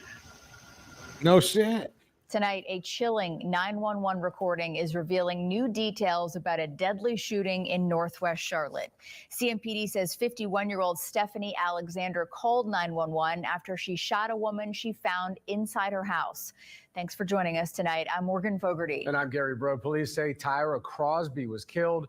At WCCB Charlotte's Trish Williford is live in East Charlotte for the story you'll only see on WCCB. Trish? Damn. It was extremely difficult for Crosby's family to listen to that 911 call. And tonight they can't believe what they heard. It was 5:21 a.m. on July 18th when Charlotte Mecklenburg police were called to this home on Porter Street in Northwest Charlotte. Police say 51-year-old Stephanie Alexander called 911 to report. Wow, she looks familiar. Damn. He Anyway. had just shot someone. This is a portion of that 911 recording. That night, yeah. 911, do you need police, fire, or medic? I need police. Somebody just been shot in my house. I came home and I had a woman in my house and I pulled out my gun and I shot and she's not moving. CMPD says this woman, 25-year-old Tyra Crosby, was dead inside the home when detectives arrived. Okay, how old is she? I have no idea. I don't even know the woman. She's inside my house in the hallway on the floor. Is she flat on her back? No, she's on her stomach. I can try to move her on her back. My husband told me don't touch her. Oh God, what did I do? The Charlotte Mecklenburg Police Department sent out personnel to her house, which she did own, by the way. Upon arriving at the house, She owned the house. The dude didn't even own the house. Man. Instructed them where Tyra was, and they found her laying on the ground, tortured and shot to death. Immediately, Stephanie, who was the homeowner of the property, was taken in for questioning as a prime suspect at the police headquarters. After the interview, Stephanie was charged with voluntary manslaughter. Tyra Crosby's family told WCCB News she was invited to the home by Alexander's husband. In fact, according to them, they have an 8-minute recording of Crosby's final moments. They believe Crosby was beaten and shot. The family spoke to us after hearing the 911 call. I'm angry. I'm upset. And the dude was there. That's the weird thing. I thought men were the leaders, right? I thought we were supposed to lead. Wow. That's horrible.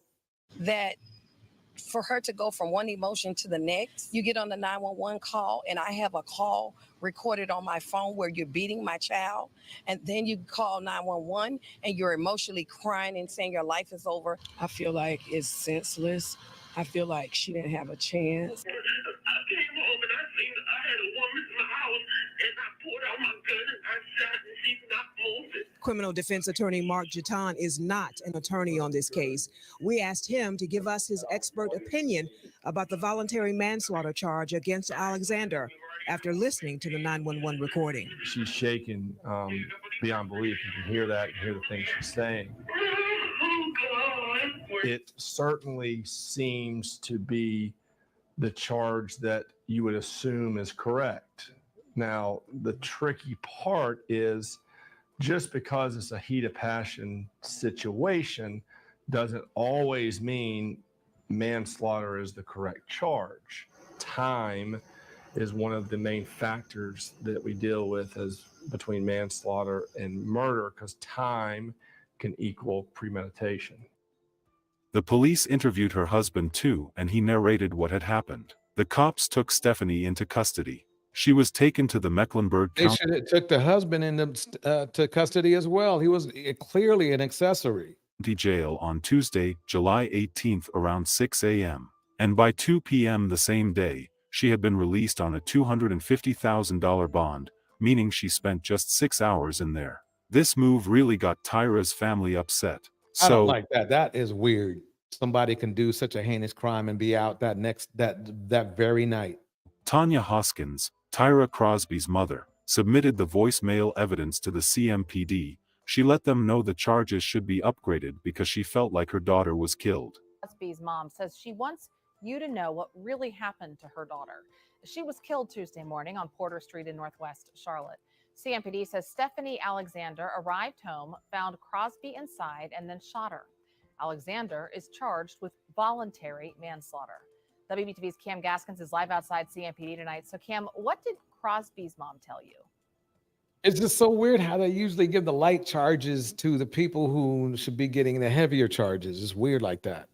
Yeah, Molly, she wanted us to know that her daughter, Tyra Crosby, was not an intruder in Alexander's home and was actually invited inside by Alexander's husband. And that's why she believes the charges deserve to be upgraded to first-degree murder. And that's why she wanted to make sure her daughter's story was shared tonight. It's all new at 11. So I'm Exactly, A-Lady. He should have restrained his wife. There was no reason. I mean, how did it? There's no reason. To me, it's almost like he shot the young lady because he's the one who ultimately made it all happen. simply here, begging and pleading for justice for my child. Thursday night, Tanya Hoskins wanted to make sure that her daughter, Tyra Crosby, was not forgotten and that her full story was shared. She was our angel, our flower, murdered unnecessarily, lured to a home, and brutally beaten and murdered. According to CMPD, Stephanie Alexander returned home to her house on Porter Street in Northwest Charlotte early Tuesday morning and found Welcome, King Lucifer. Crosby inside before shooting and killing her. Crosby's mother says that Tyra was invited into that home by Alexander's husband and that her daughter did not know he was married or that he and his wife owned that home. She was invited there. She did not just pop up there. She was not an intruder. She was invited there. She also says that Crosby called her in her final hour and left a voicemail in which you can hear Alexander beating her before shooting her. According to Hoskins, it was a prolonged beating, and she's hopeful that this new evidence will elevate the Wait, charge who beat? Okay. beating her before shooting her. According to not know he was married or that he and his wife owned that home. She was invited there. She did not just pop up there. She was not an intruder. She was invited there. She also says that Crosby called her in her final hour and left a voicemail in which you can hear Alexander beating her before shooting her. According to Hoskins, it was a prolonged beating, and she's hopeful that this new evidence will elevate the charges against Alexander. Because right now she's charged with the lowest form of murder. I want it up to first-degree murder. Alexander was charged with voluntary manslaughter and booked into the Mecklenburg County Jail on Tuesday. Hours later, she was out on bond. She murdered my daughter at 5 a.m. and she was out at 8 p.m. So that means that human life means nothing anymore. For now, Hoskins says she'll wait for CMPD to investigate, but she won't let anyone forget. I don't want the investigators to go away. I won't stop until there's another charge. I hear that. Sometimes you got to be tenacious when it comes to justice. You have to do what you have to do to not only protect yourself, but protect others. Because these criminals won't stop. They will not stop. Justice for my child. She explained to them that on that tragic morning, in the middle of being assaulted, Tyra called her mom, Tanya, for help. Unfortunately, she didn't get through to her mother, as the call went straight to her voicemail. She claimed Tyra could be heard brutally assaulted before she was eventually shot and killed. She says a voicemail message captured her daughter's final moments. She claimed it was a... That is so sad, man. Madison breaks it down like this. A young beast liar is gone. This is so sad. Where's the outrage for that young woman? Didn't Floyd die in 8 minutes? Yeah. set up by the husband to bring her daughter in so the wife can kill her. Welcome, Madison, King Lucifer, A Lady, and Brina. Welcome all. Tyra, who had past history with the law, was initially thought to have broken into the house, but that wasn't the case. On the 3rd of August, the Mecklenburg County Grand Jury eventually indicted Stephanie for a second-degree murder shooting of Tyra after taking a look at the voicemail evidence Tyra's mother submitted. Stephanie would be on trial for second-degree murder as opposed to voluntary manslaughter, which carried very little punishment. Her husband was not charged. Hey, lady, amen. You nailed it. It's hard to get justice for murdered Black women. It sure is. For anything, even though some believed he was the catalyst of the whole events. A bit of patience on the side of Stephanie could have avoided all of this, because at the end of the day, the cheating husband isn't going to jail. We do hope Tyra Crosby... I don't see how that can be. He was there. Man. ...gets the justice she deserves very soon. Our sincere condolences to the friends and families of Tyra Crosby. May Tyra's memory be a blessing for her family and for all who knew her, and may her life and death be an inspiration and a turning point towards justice and increased protection for gun violence survivors. Please stay safe out there and... Yeah, stay safe, man. That is just crazy. That is just ridiculous. I mean, that is just crazy. If y'all want one more, if you want one more, put a 1 in the chat. If you've seen a little bit, you want to see some, if you want one more, if you want some more, put a 1 in the chat. I'll just wait for 1 second. Let me drop the link just in case somebody wants to come up and talk about this too, because this is deep. This is deep. I mean, the thing is that it's funny how, especially in the Black community, it's like, this is not nobody looks at this as a big problem. We got a big problem here.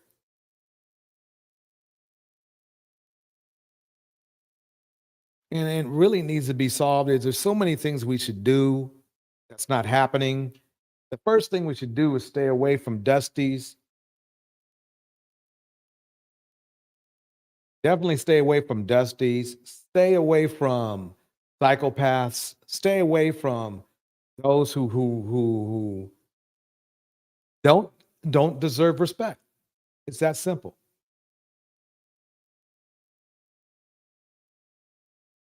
It's crazy. Welcome, Chaos Rain. How you doing tonight? I have a question. Hit me. You hear me? That sound good? Yeah. Yeah. So you're saying this woman set up another? I'm not sure the age because I came in. Ooh, this stream been going on for almost an hour or more. I'm not sure what age the two are, but she set up this woman to get deleted over some dick. Yeah. Interesting. So basically, this is what went down. Dude cheated. Dude stupidly, don't ask me why. I don't know why these guys do it. This guy's 50 years old. He should know better. If he's going to cheat, you'd think he would have went to a hotel or something, right? No. That'd be excellent. Yeah. I mean, that would be the. I mean, look, cheating Yeah, but is shitty. let's be clear. Up here, we don't advocate cheating. It happens. But let's say if you're going to do it that route, like we say, Diddy Torch, you have to be at least more cognizant of your actions. Right. I mean, you don't. I mean, so what he does is he brings her home, okay, and they do whatever they're doing, right? Okay, and then his wife comes in and goes crazy. He doesn't. Now, this is the problem that I have with some of the guys in the manospheres. Like they talk about the man is the default leader. Well, where was his leadership in this shitty situation? I mean, number one, he could have led by not bringing her there, and he could have led by example of loyalty. But let's get that to the side. Let's ignore that. But then he could have said, he could have said, "Hey, it's me. This is all me. I did this wrong. This is not between her." He could have said the right words, but he didn't even do that. You see what I'm saying? He didn't calm or try to even, when he saw his wife getting the gun, he should have said, "Oh no, that's it. Nuh-uh, put the gun down." You see what I'm saying? He should have snatched the gun out of her hand. Exact. Boom. Boom. Yeah. Why exactly that. Exactly that. See, you gotta understand, and ladies, these men talking right here, but this could be a lesson learned. If you may not take no action, knowing that you about to pull a piece and make the wrong decisions that can get you in jail and possibly him in jail, and he doesn't act immediately, instead of sit there looking in shock. Yep. I think that's where the relationship needs to stop. Yeah. I mean, and so it just shows you, I mean, basically to me, it's beyond me how he didn't get any type of accessory to murder or anything like that at all. I mean, if anybody should be thanking his lucky stars, it's him. He should be. He doesn't need a Christmas gift. They gave him a gift, because I don't see. I know I've heard of people going to prison for almost the same amount of time as the murderer for being around the murderer or driving the murderer home or something like that, right? Well, this guy just sat there and watched. So it's beyond me. It's beyond me. I guess he really needed a place to stay, because it wasn't his home either. It was the woman's home. They'll get as an accomplice, and that is actually a federal crime too. Yeah. You're accomplice. Yeah, I'm surprised why that was thrown out. Yeah, it's shocking to me. What state is this? What state? What state was this in? Miss RV, do you know? Let's see. I'm just reading this stuff here.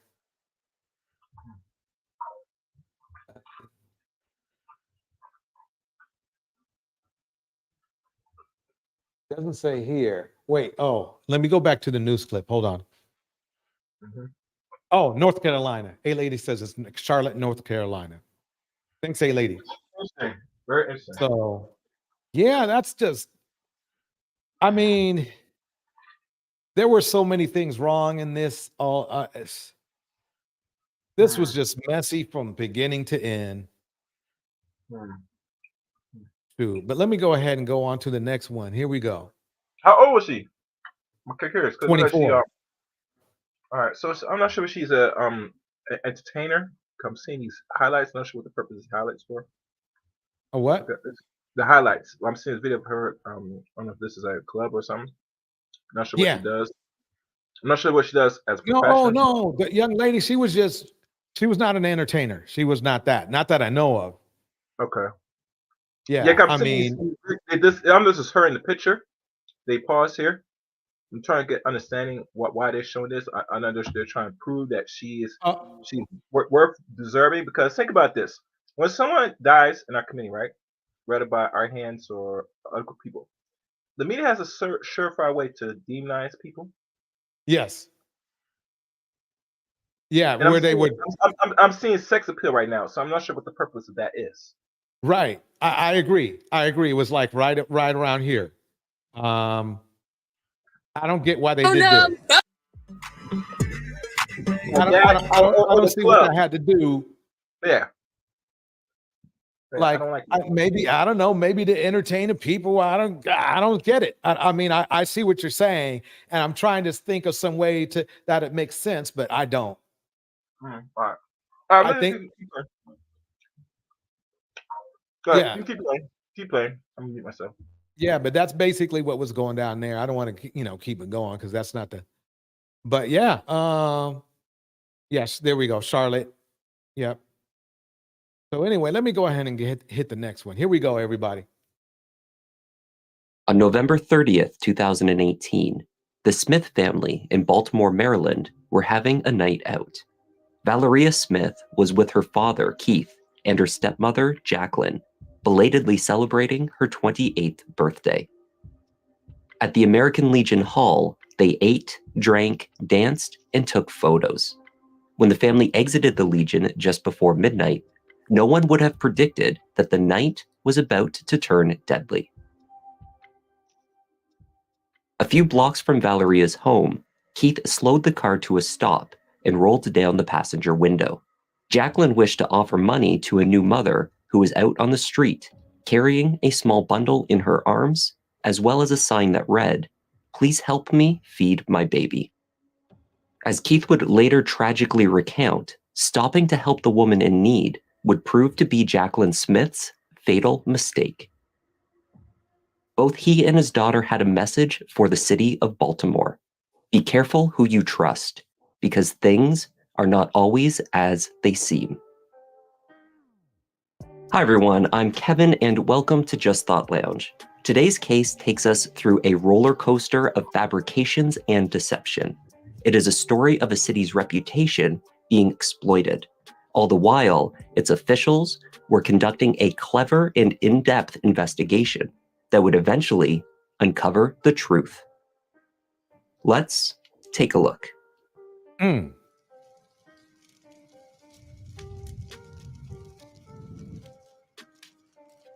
Okay, this is Just Thought Lounge. Like and subscribe. Let's go.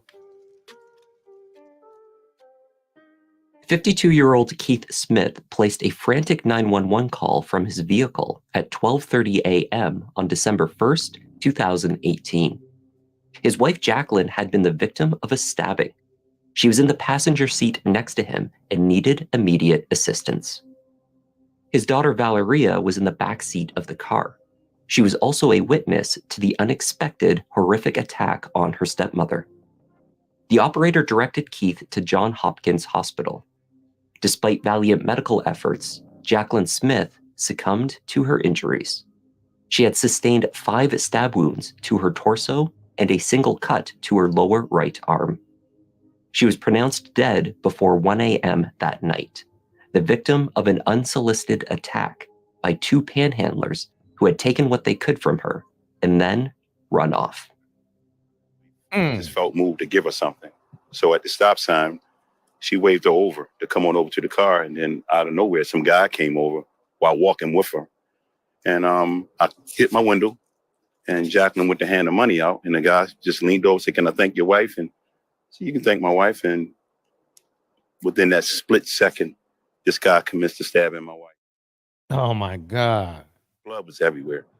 It was something that, it was horrific for something like that to happen. Welcome, Tomas. Welcome, Brina. Welcome, Miss RV. Welcome, A-Lady. Welcome, King Lucifer. Let's keep it going. But I'm right now just absorbing all of it.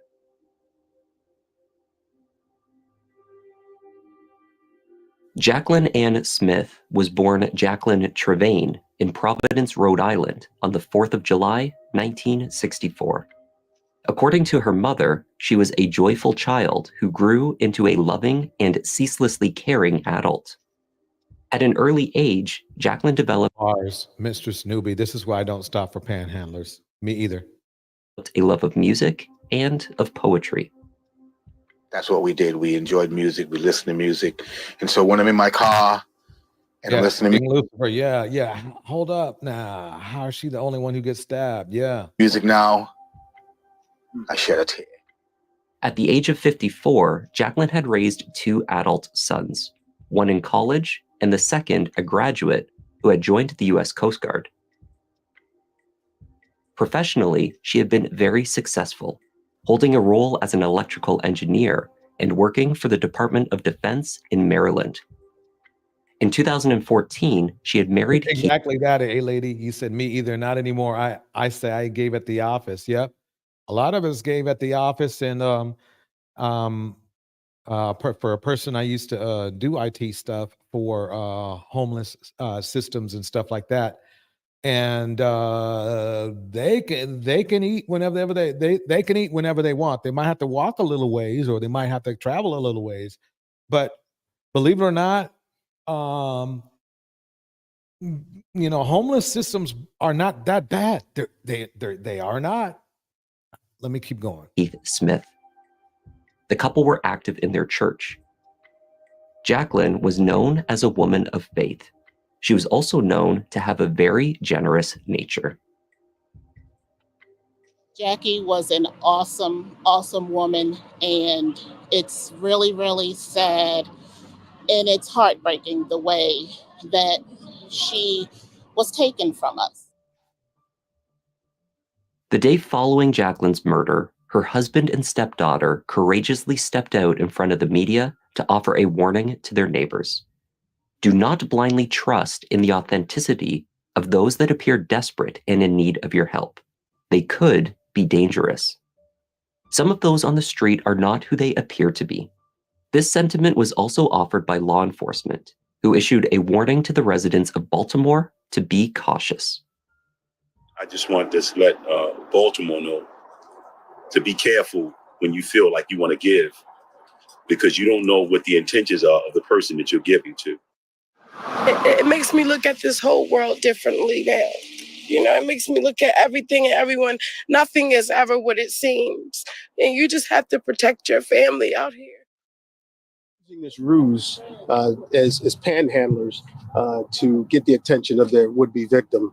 And we also want to caution the public about engaging with panhandlers and recognizing the fact that not all of them have honest intent. Not all of them are in real need. Yeah. So what is your thought? How would you have are you a person who gives out the money to the panhandlers, or are you kind of like a little bit more cautious with what you do? Or never into the generous mood, to be honest with you. Depending on certain cities where you reside. But that's Maryland, so as expected at how people move in that city. Very violent. Very violent. The nature of the attack on Jacqueline left many on edge and began to stoke fears of the homeless, not only in Baltimore, but across the country as news of the horrific murder spread into the national media. Attention was drawn further when Oprah heard of Jacqueline's act of kindness that had led to her death. She tweeted, "I've done this 1,000 times, but will think twice before ever doing it again." Law enforcement released the descriptions of the 2 suspects, ostensibly panhandlers, who were targeting charitable individuals to rob them, and if need be, attack them.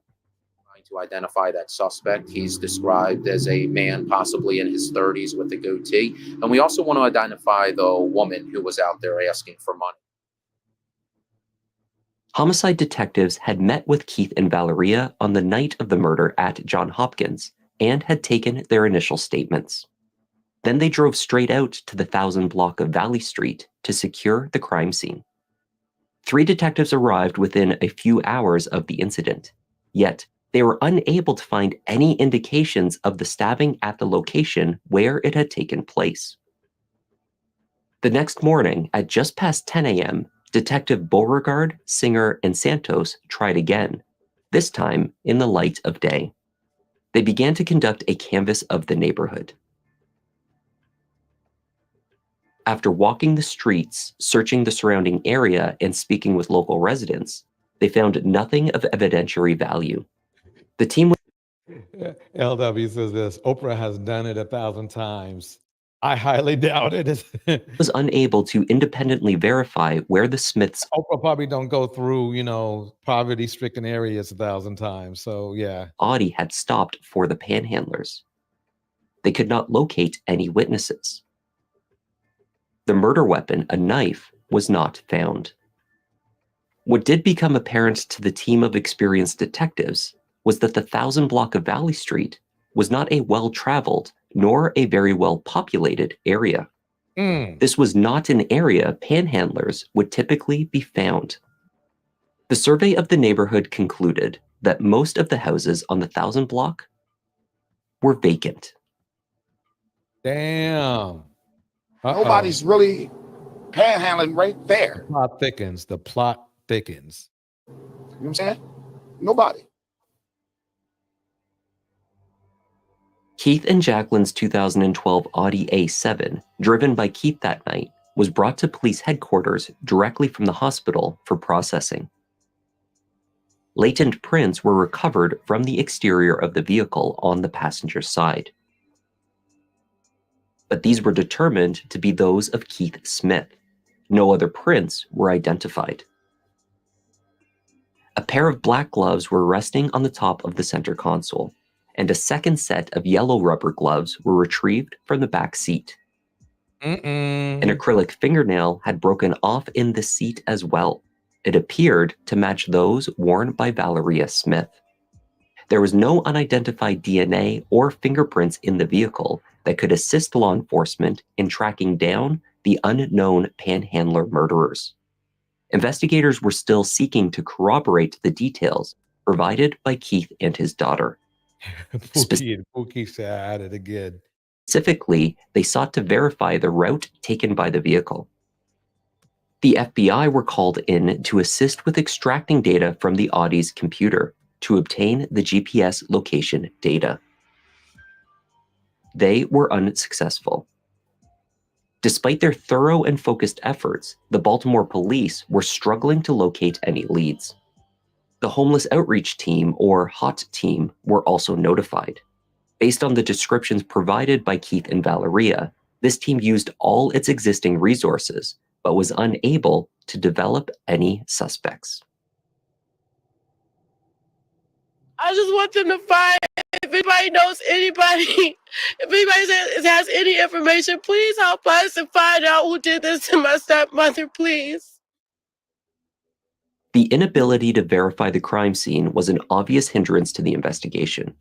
Seeking to piece It is getting deep, Brina. Here we go. Don't forget everybody to like and subscribe. Here we go. together a timeline of the evening, investigators began by acquiring the surveillance footage across the city to track the Smiths' movements.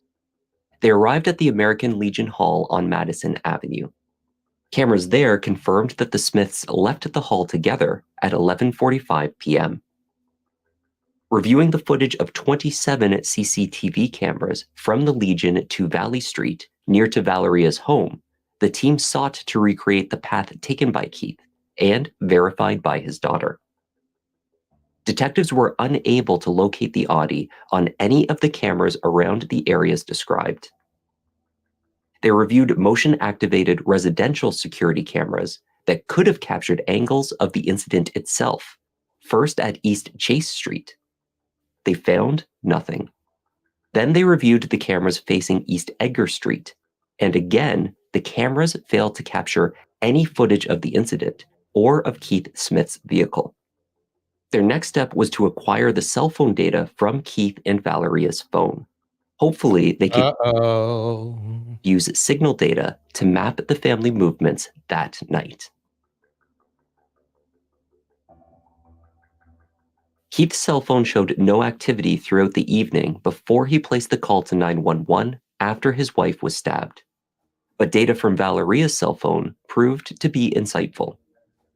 It showed that the family had not gone south after leaving the American Legion to take Valeria home as they had told detectives.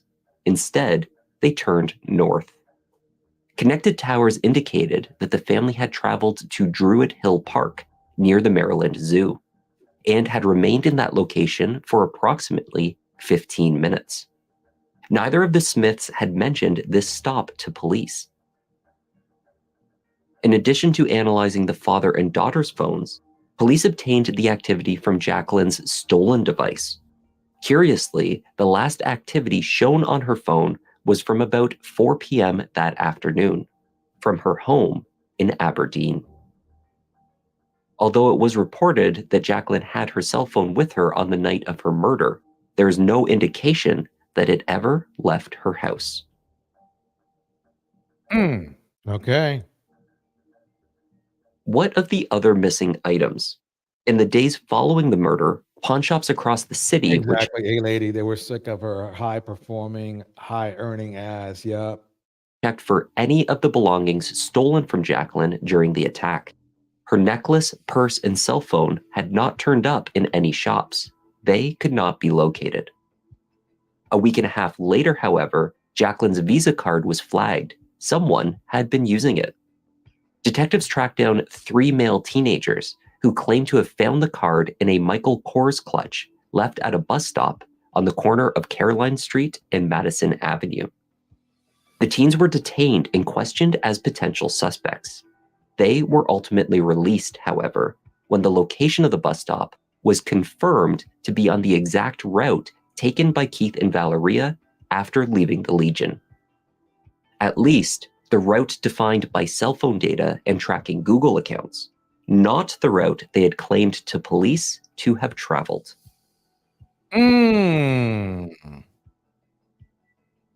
After 3 months of investigating, the Baltimore detectives had failed to uncover a single piece of evidence linking Jacqueline's murder to a pair of panhandlers.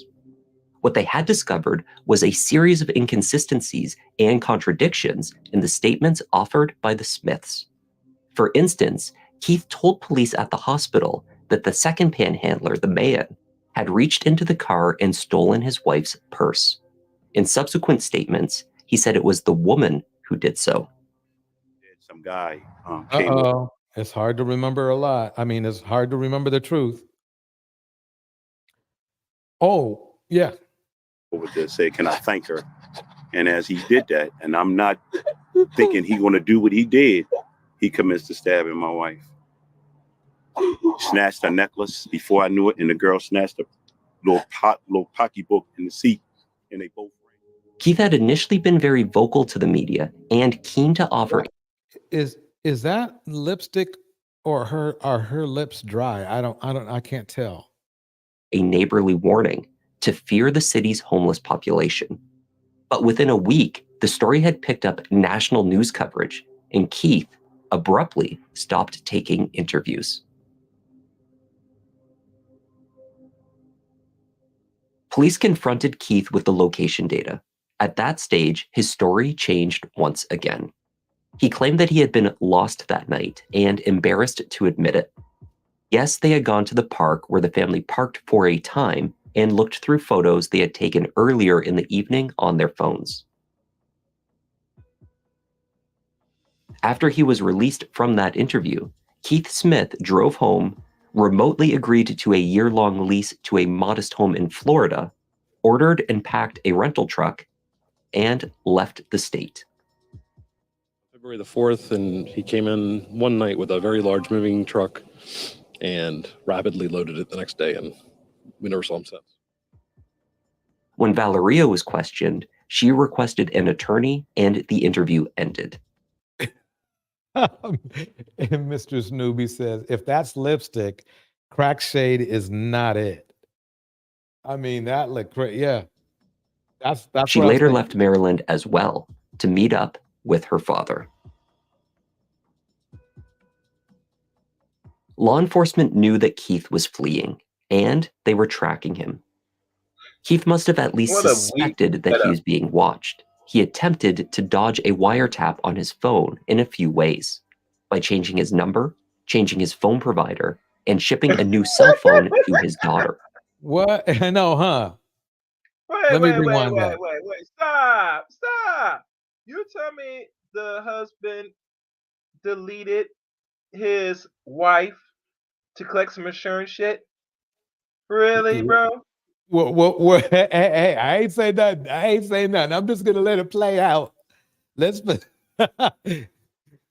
let's listen again. Here we go. Ordered and packed a rental truck and left the state. February the 4th, and he came in one night with a very large moving truck and rapidly loaded it the next day, and we never saw him since. When Valeria was questioned, she requested an attorney and the interview ended. She later left Maryland as well to meet up with her father. Law enforcement knew that Keith was fleeing, and they were tracking him. Wow, I did. Okay. Man. Okay, here we go. Keith must have at least suspected that he was being watched. He attempted to dodge a wiretap on his phone in a few ways, by changing his number, changing his phone provider, and shipping a new cell phone to his daughter.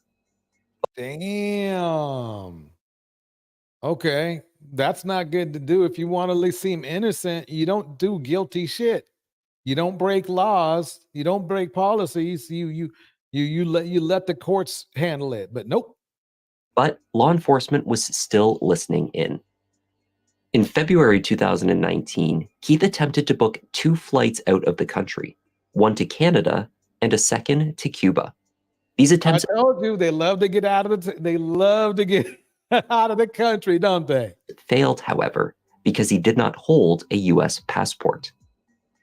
Keith eventually deduced that he could fly to the U.S. Virgin Islands by providing only a driver's license. While placing these calls, his search engine was locating information on how one might travel to Mexico without formally going through a border crossing.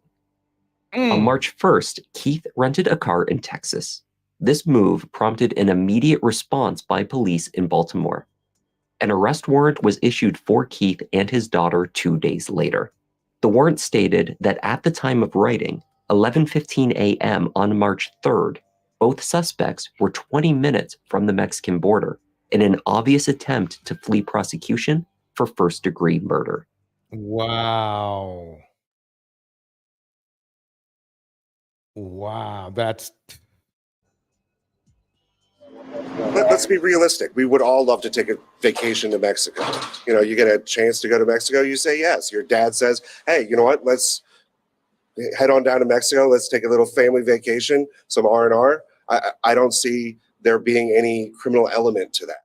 Mr. Smith is always innocent until proven guilty, and I haven't seen anything yet that proves him guilty.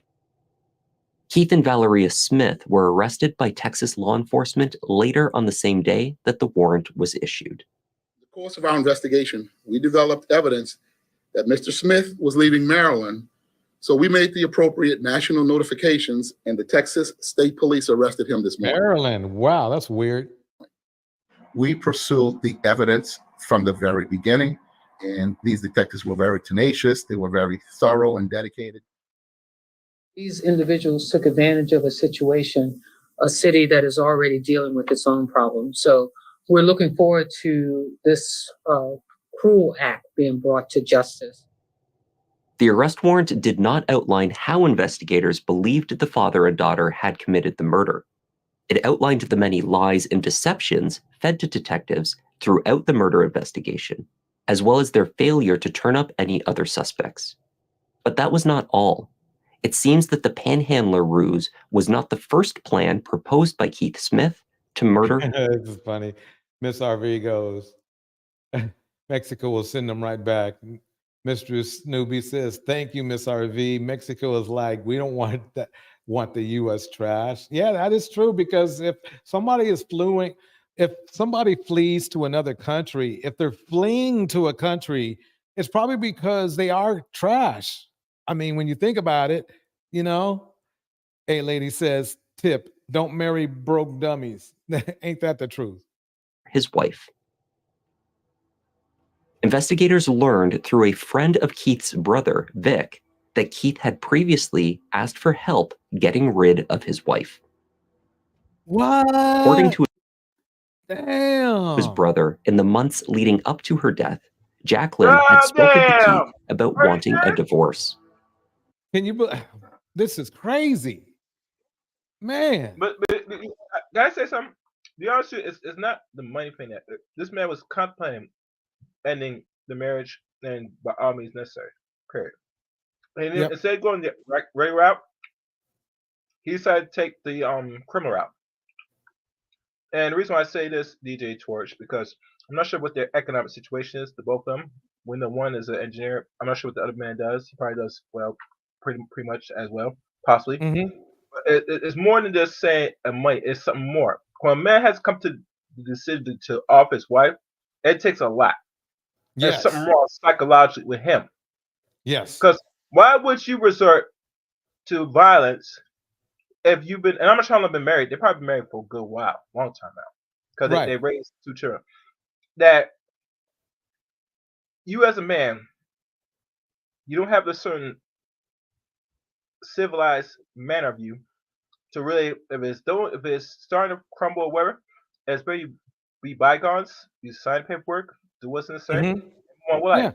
Why would you put yourself in a position where you're going to do life imprisonment and then go as far as talk to other people in your local state of Maryland? How can I get rid of my wife? Or I'm plotting to get rid of her, like physically. You know, I don't care what she has on you. You got to be the more moral person at this point. Right. That if you want out, get out. If she want, she'll get out. Y'all should not be staying together when it could lead to something violent. If the shoe was on the foot and the woman was placed doing this, it would be shame on her as well. Because women divorce every day, right? Right. And depending if the man makes money or not, that's not the point. The point is, if you can't get out of this civilly, then by all means, you should not get in at all. And that's why we always look at when we deal with the mate and dating aspects amongst the community or anybody outside the community. We gotta keep in mind and say, what is the end goal of this thing if we're going to marriage? What are things that will break it? You get me? We're gonna have to start having these conversations now. But I should not be seeing stories like this where the man had to sit there plot to not walk away with his civil. He want to walk and introduce violence to the point where he's going to end this. He's going to make up stories, which doesn't go in his favor, because the cops and feds will watch you, especially in the heart of Maryland, where that's the headquarters of the feds. You're doing this, and you're up here creating stories, give people the up around. And mind you, you're using the whole state resource for this. Just like that thing with the chick that lied about the kidnapping. Remember that? They don't take kindly, especially when it comes to black folks, when we're using their precious resource, and we come to conclude that it was all a scam. Right. You will not get slapping, you get punishment for that. And I'm not sure if there's laws now, but there's going to be probably laws now moving on to the upcoming election. Maybe I'm just guessing. I can't be certain because we're in election year next year now. That they're going to start tightening up those things now. You're not going to be so freely to use the police resource, and if it's not accurate, you will do time in jail. You're not going to do just a couple months. They're going to make you do some serious time. They're going to make you do, on the average, maybe 3 to 5 years. And maybe that'll be hard time. No parole. Right. Because you don't have, unless they give you a nice big fat check you have to sign off and pay, which most Americans, depending on what they make yearly, which they can't cover no big bill. If they're using $1,000 for surveillance, tapping, all that stuff. And manpower too. True. Plan proposed by Keith Smith to murder his wife. Like Tina says this, it was money he had. It was money he had, nothing. Ex-prisoner with HIV turned minister. Wait, I don't want to tell the whole story. I'll let that slide. And let's keep going. Investigators learned through I see Black Tina, friend of Keith's brother, Vic, that Keith had previously asked for help getting rid of his wife. According to his brother, in the months leading up to her death, Jacqueline had spoken to Keith about wanting a divorce. According to Vic, this was not the desired outcome for Keith. It seems he preferred instead to make a claim on her life insurance policy, on which he remained the beneficiary. Keith did exactly that. Only 2 days after her murder, he arrived at Jacqueline's work, requesting the paperwork to make the claim. Law enforcement, already deeply suspicious of his story, told the insurer to hold off on the payment. This left Jacqueline's 2 sons time to fight for her estate in probate court. It also meant that Keith was very short on cash. As he schemed a means of escape, he was forced to apply for a cash advance on his American Express. It was declined. Yep, good point, Miss RV. Woman, stop marrying the light bill guy. Managers, prisoners, roundabout bum, ninjas, yep.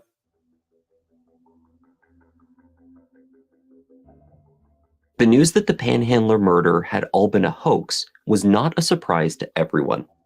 In particular, Jacqueline's mother, who still lived in Rhode Island, told the shocked news media that she had always believed that Keith's story was nonsense. I knew it was phony. I didn't believe her husband at all. I knew something else happened. Why would he stay in the area with her in the car after the man pulled the chain from her neck, as he claimed? Yeah. Wait, well, let me play. I'm going to replay that, but a lady breaks it down like this. Pregnancy, then divorce. 2 leading reasons Pookie's to lose it. Yep. At all. I knew something else happened. Why would he stay in the area with her in the car after the man pulled the chain from her neck, as he claims? It was too phony. Grandma's always The known. Trevane family reported that they were never close with Keith Smith. Because of this, it is unclear if they were aware of his criminal past. Wow, we're getting there now. Hey, this is crazy, but it just shows you it's the same pattern of isolation. 20 years earlier, Keith had committed armed robbery 3 times at the same bank. In December 1999, Keith had lost his job with FedEx because of a loss of points on his driver's license. Worse still, according to the Baltimore Sun, he had just found out that he was HIV positive. Oh my God. Whoa! Oh, man. Did she know this? Oh, I don't know. I She don't had know. to know. Let's Because see. if you're HIV positive and you have sex with her, you tell me she would not know since she get feeling a little ill. Well, it takes a while before it becomes AIDS. We all know that. Let's be honest. But still, you feel like something wrong and they would take some blood work. Right. Because man, last question, did they ask how long they've been married? I think let me see. Let me play back. If anybody knows how long it was married for. Wait, don't play. Ask people if you were watching. Ask them first before we run the play. Yeah. Man, it's these down low HIV niggas everywhere. Damn. Struggling to pay for household bills as a single father to his daughter and requiring medication, Keith had decided that the First Union Bank on York Road in Timonium was a prime target. Yeah, King Lucifer robbed the same bank 3 times. Proximity to Interstate 83 allowed for a quick getaway. So he walked into the bank wearing a ski mask and carrying a pellet gun. He jumped over the counter, emptied the drawers of cash, and exited from the back. This first robbery yielded a payout of about $15,000. 3 months later, he did it again. That time, he took home $16,000. It was 5 months later that he decided to put his plan into effect one more time. By that point, police had a description of his vehicle. After it was spotted in East Baltimore, a police chase ensued, ending in a crash and the arrest of Keith Smith. Jeez. Damn. He served.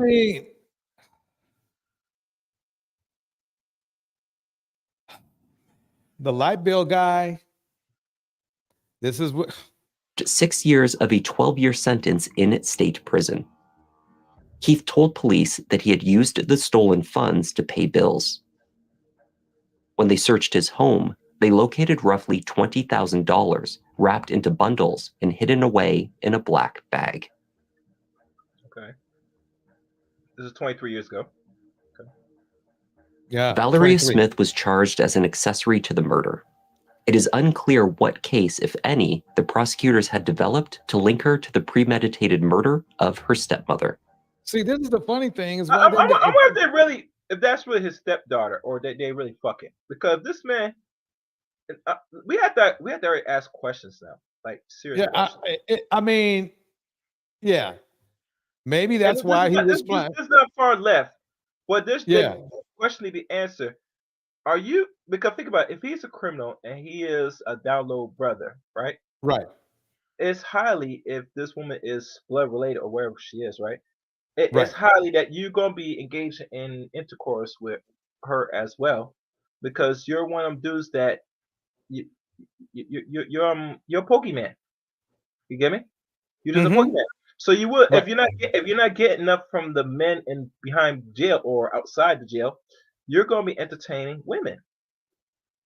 Right. So and mind you, and you know, ladies, I can like this. Y'all giving these dudes that's actually really, really pookies the goods. You need to stop that. If Pookie takes it, you know what's gonna happen? He do time in jail and probably life. You see, one thing with a criminal, Detroit, that's not been talked about, they want to do their criminality and still get away scot free. Right. If the antenna's up and women say we're not going to give you that, and you take it, because let's be honest, in life things happen, right? And we gotta be clear. What's gonna happen? It's gonna put a bigger target on his back, and he's gonna be focused on if they're gonna give him life in jail. Right. That's how this thing work. Once men start taking it repeatedly in mass numbers, and trust they keep data, what's gonna happen now? They're gonna put bills in place, and they said it's no longer gonna be a crime offense for you to time jail. We're gonna give you the off. And trust me, most men on the average want to preserve themselves and don't want to go to the bigger system to be killed permanently. They need to do their sickness in silence, in quietude. You get me? Sort of, yeah. If the system type like the way it is, because think about this. How can I prove this? Think about this. We all know about a 3-strike law that was implemented now 29 years ago, right? Yeah. What happened when they implement? You notice every year, up to the last 2-3 years, because it risen a little bit in the last 20 years, the crime actually went down dramatically. Why? After the law was removed, you're saying. No. Once they put 3 strikes, you're out. The crime, if you look at data and crime, because they kept record of this, it dipped badly. The crimes that people do, like the stealing, the robbing, and killing, right? Mm-hmm. It started to drop down drastically. Why? Because like anything, like I said before, self-preservation. If a person out here is able to go to jail and come back and do the same thing without repeated times, he has to worry about, I'll just do a little time and nothing and go back here, and then I know I'm gonna get to work. I'm gonna go do it again. So what they do is say, oh no, you will not do it again. You do this 3 times, you stay there permanently. And last thing a man or woman, but we say men because jail is designed for men anyway. A man doesn't want to be another man's bitch permanently in jail unless he's already a fruitcake. Right. That's why you see a lot of men fight hard not to go to jail. Some of them. You get me? Yeah. They fight tooth and nail because they know that if they go to jail, they're gonna be somebody's bitch, and they're not gonna, and they lose all form of rights and freedom. I see that. Yep. So that's why you understand laws. As much as people don't understand how system work, are here to keep preservation of people's nature in check. If we didn't have no laws, what will happen? People go into the wild like savages. Exactly. I agree with you. They do. This motherfucker, because I think he did jail for the first time, because this is like 23 years ago when he did a 12-year bid but only did 6 years. Right now, once they put him and sentence him now, he's not doing 12 years. He's going to do life imprisonment now. They're not going to give him the 3 strikes. Right. Because they look at his track record, what he did, and this right is the nail in the coffin. Not only you sit there and murder your wife, but you use the state of Maryland's resource to give him the upper round so that you can collect some little funky insurance money so you can go back to the criminal element. Because let me tell you something. How we know? Because he's not good with money. Okay. Wait, I got to start. I got to start the movie at where We're getting a little loud here. But I'm Here we hoping go. somebody answer the question. How long have they been married? And don't tell me they've been married more than 10 years. Nah, just 5 years. Okay. Well, she Yeah. probably got some. I know she got some. It was clear that she assisted in covering up the murder after the fact. It was revealed that Valeria had been struggling.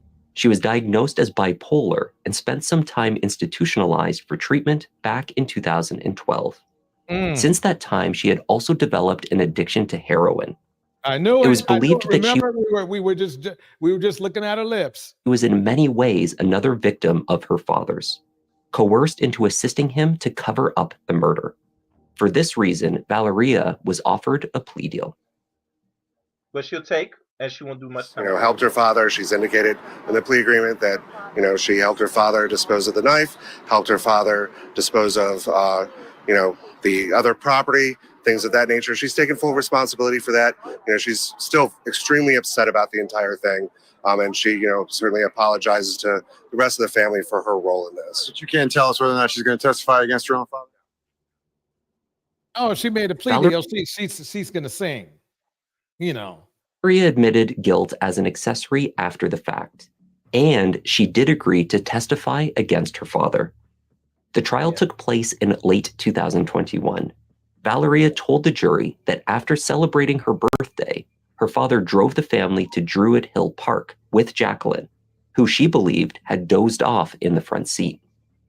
There, her father stabbed her stepmother 5 times when she was believed to have been, at least initially, sleeping.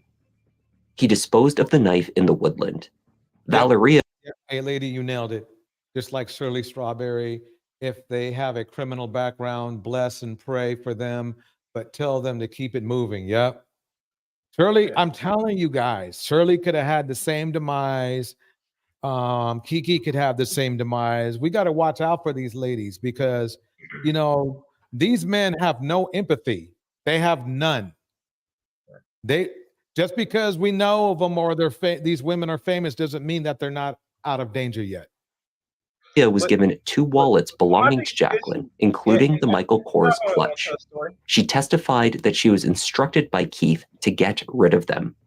She left one at the bus stop at Caroline and Madison, where she watched as a group of youths wandered over and picked through it.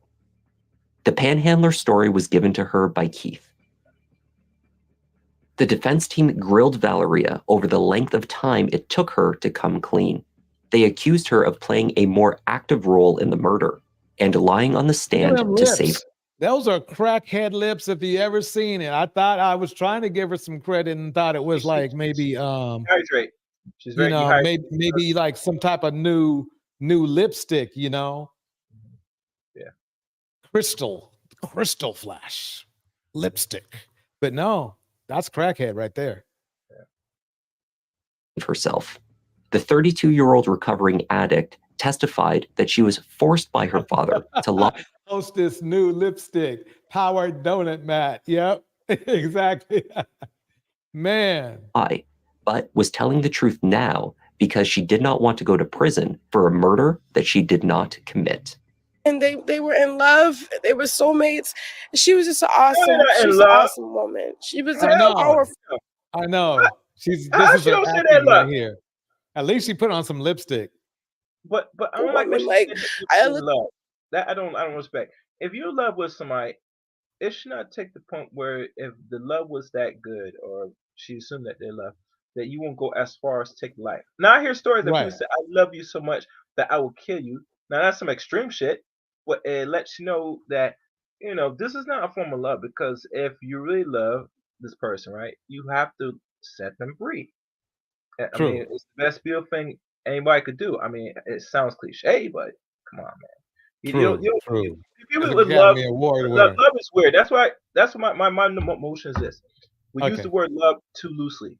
The word love's been used too loosely amongst us. Yeah, I agree with that. But let me go ahead and finish this up here. Here we go. Looked up to her, and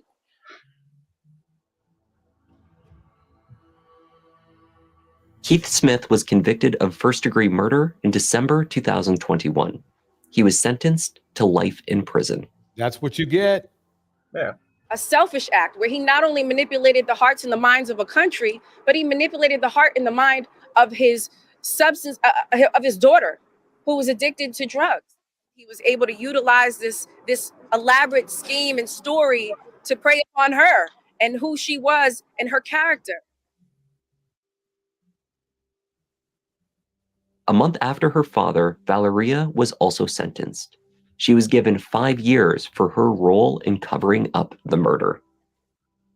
The verdict and sentencing came as a relief to Jacqueline's family. It was exactly the justice that they had sought. I was laughing then, and I knew it was a circus. I knew it was all for optics. I knew it was a show, and I was just laughing. And I knew this day would come. I didn't know it would come this soon. And that was the story of Keith Smith and the Panhandler murder hoax. Thanks for watching. I'm Kevin. This is Just Thought Lounge, and I'll see you in the next one. All right, this is Just Thought Lounge. That was a very intriguing and interesting case. So, Chaos, what are your thoughts? What do you think so far? It's a damn shame, man. This guy was a criminal. I'm not sure if she's aware that the man is criminal because he only did 6 years. So to know more of the story, how these two met each other, we'll never know because they like to go into more gushy stuff. And so what really led to this point where she met this dude, he or she, whoever got married, they got married. They only been married for just less than under 10 years. And then also he decided just to take her life in 5 years during marriage. So I mean, I like to see everything add up so it fits the puzzle to what we led on. Because this has to be a learning lesson for a lot of us. You get me? Personally. In regards to say don't give aid for the strangers, I mean, that alone, that just fucks up anybody that's homeless. Because what he has done. Now I'm not saying black people or people in general should not help the needy. We should give if we can. The only thing, if we're going to do this, you always got to look at your environment and look at your surroundings before you start throwing any money at anybody. You get me? True. And I say it's these core because we're not attentive to the environment and what we're doing around people. You get me? Just for cautionary sakes. Because let's be honest, if this was like set up murder, like and it went through like it said it was, obviously it would have been given out if someone was more alert that possibly if you give this person money, he might get or he or she might set you up for take your life right there and there. You get me? Especially if they're in a car, if they're sitting down or they're laying down. I mean, it's obvious you could tell when someone looks like they're really needy just by examining them from head to toe and look if they got any weapons. You get me? But like I said, the story didn't make sense if we really play back from the beginning, the way how he said it. So, it gave everybody that's already, not in the business or the luxury of giving anybody that's needed, it gives more excuse. Hell, it probably give me an excuse now, so I don't want to put no money on anybody anyway. You get me? Which that's wrong. Because if I had something and someone needed, right, man, woman, I could probably give them something. You know what I'm saying? Nothing much, but just give them something. To sit there and say, I'm not giving because this happened, that's selfish. And I said, I was just giving the excuse that I don't want to give it to anyway. You get me? And everybody has it rough, you know what I'm saying? Because we don't want to put ourselves in that situation where we're down and out. Not saying it will happen to us, but we want to hope there's someone there that's still kind. If we need like a field change here, someone will just give the grace of their heart. You get me? Yeah. And this dude kind of fucked up our mentality of normal Americans that it's not really kind to give to people.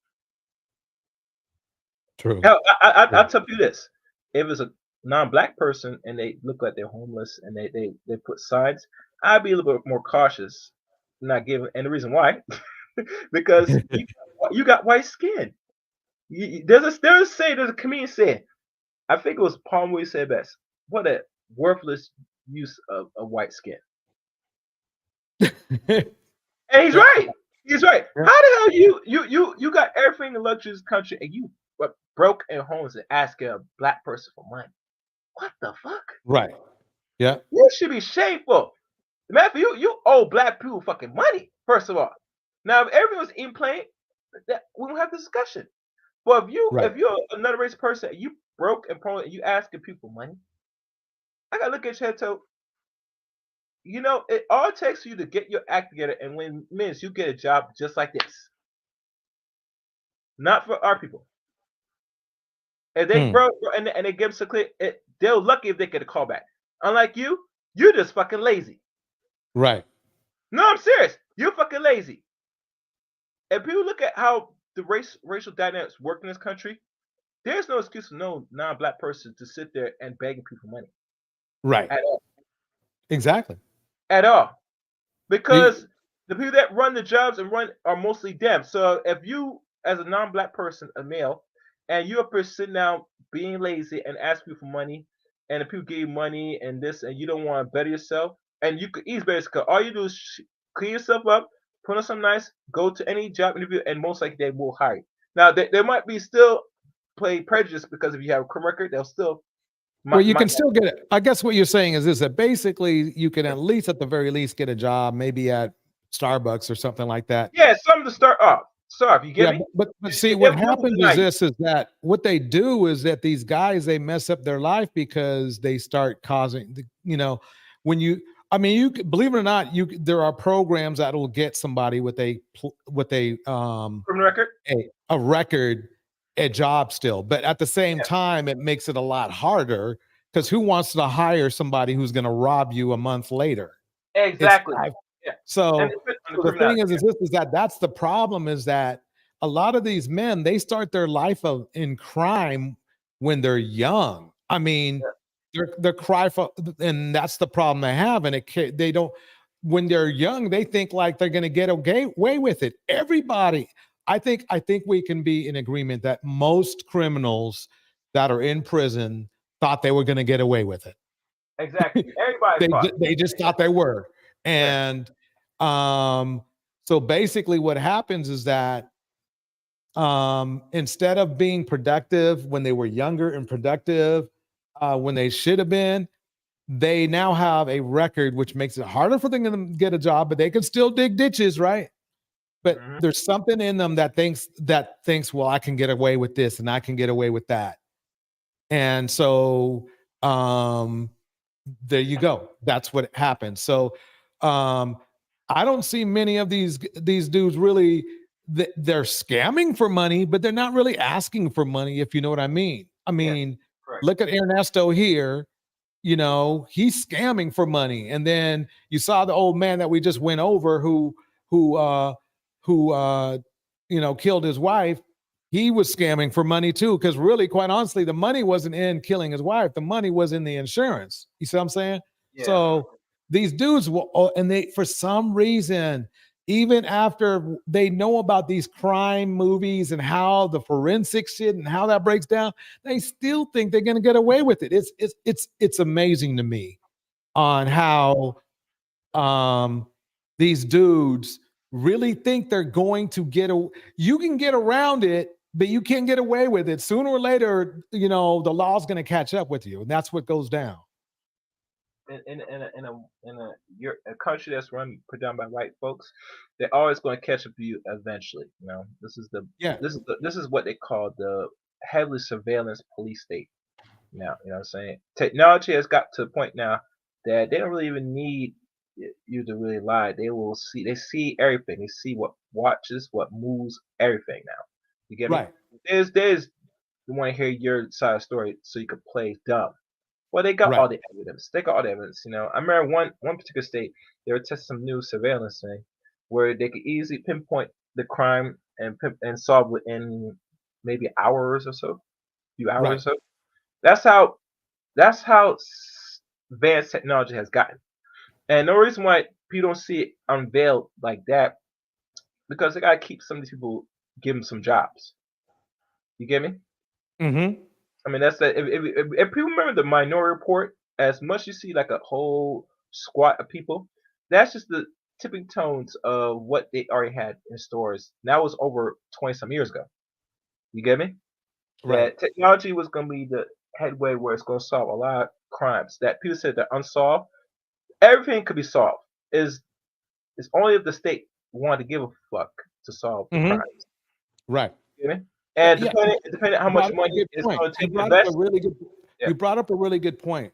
Quite honestly, right now, the only reason why so many criminals are getting away with what they do is, if anybody's being lazy, it's the justice system, because sometimes they are just like, look, we don't have enough resources, you know, to arrest this person here or do that there. Otherwise, I think if they were extremely, not so much in as far as hiring more police, but hiring more, let's say, technology for crime stopping.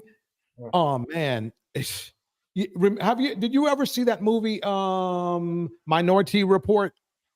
Yeah, I came across I did get a chance to watch it, but that was like yeah, it's an old school movie. It yeah, came yeah, out but like it came 25 out years ago. 21 years ago, but I saw it like when I saw it first time, like a year ago, maybe two, maybe three. Right. And that movie came out a long time ago. But the point of the Minority Report, and they made a TV series shortly, but it didn't last long. Mm-hmm. Yep. But yeah. Yeah, so I guess my point is this: is that obviously you're not going to never get to the point. I don't think so, where somebody can think of doing a crime and then they be caught before they do it. But well, there are times when they do that, but there's clues left. But I think it'll get to the point where the technology is going to catch these guys, not just regular, not just, but because a police officer just can't be everywhere. But surveillance can be everywhere, and technology can be everywhere. And I think then what are they going to do? You see what I'm saying? So businesses are going to get smarter. So scams are going to be harder to come by. And insurance companies, they probably use this very same incident just to say, okay, we got to watch for this, because the thing is that it's really important for insurance companies to get on top of that, because otherwise people be offing their family members for money all the time, if you see what I'm saying. They'd be like, and that's a good thing you mentioned that, because I noticed now, depending on the family members of what's left, this is very known through the other groups of people, non-black people. It was evident. It was like night and day. You hear them always talking about they want their family members to get some insurance, because they get a lot more out of insurance than us black folks, regardless we get it or not. So what's going to happen, which has always been happening, and what they've been doing smart now, is now there are serious parameters now. You're not going to get the money because someone dead. They're going to have their own investigations now. They're private detectives now. They're going to start doing this now. You get me? Because if somebody creates a policy, one thing they will do, they'll add an extra incentive insurance to say if anything happens to you, we guarantee there will possibly might be an investigation. You get me? Right. And mind you, the person that pays insurance, they're going to have to pay extra for that, because they're not going to give that for free. True. So they're going to offer that package as well. Exactly. Insurance. So obviously, if you think that it's going to hope that if you down and out and you want one of your family members that's been paying their side insurance for a good long time, that they say, I'm going to be a $500,000 or get a big, large lump sum, you better think again. Think very twice. Because you see, with this one, they get on that one quick, because they know something was not right. The police informed them. They said, we're going to hold off, and we want the whole investigate what's going on, because one thing is evident. This woman was 59 years old. Her death, unfortunate, is very suspect to a situation where the story, it might seem like it made sense, but as they start really doing the actual investigation, it's not adding up, even to the point where the man's changing his story. Right there, you fucked up when you start changing your story. And people don't understand, you can't keep a consistent story. Right. See, that's a problem with a lot of these dudes, like Ernesto and the guy we saw, is they see everything's consistent inside their mind. But that's where it's not everything. That's about it. When people looking from the outside looking in, it looks weird to them what's going on. And still, so they think in their own mind they're covered, and they think I'm innocent, and then everybody else is saying you kind of doing something, aren't you? And but that's what's put these dudes in prison. That's what puts them in jail and prison. Is they think they're getting away with it, and they're just not even close to it. It's not even close. And then they turn around, right, and then want to say, "Yeah, now the system wants to put the brother in jail," and blah blah blah. It's like, oh my god, oh my And say god. you trying to lock the black man up. You're fucking right. You're trying to lock Yeah. your black ass up, man. You I doing mean, some wild shit. hey, I have to admit, back in the day, I used to fall for that. Like, the system and all that. Now it's like when I sit back and think about it and look at what's going on, it's like, wait, you did commit that crime, right? Yeah, but he putting me in jail. Well, you knew you could go to jail for that, right? Yeah, I did, but he putting a brother in. Well, okay, well, I'm to the point where you knew and you still did it, So yeah, that's pretty much when where I'm at now. It's like, okay, well, I'll tell you one other thing. I know one lady that I don't know if she does content YouTube like that no more because she's more in the political sector. She sits there and follows one they call Brother for Life, right? mhm. And she noticed that the man has some videos put out saying that he was exonerated of all charges. And I told you, really, show me it. And I told the sis, listen, sweetie, this man took the plea deal, and like any slick talking intellect, he plans his moves accordingly. So it makes you think and believe that he did not do it, and think that Right. he's still out here in the streets.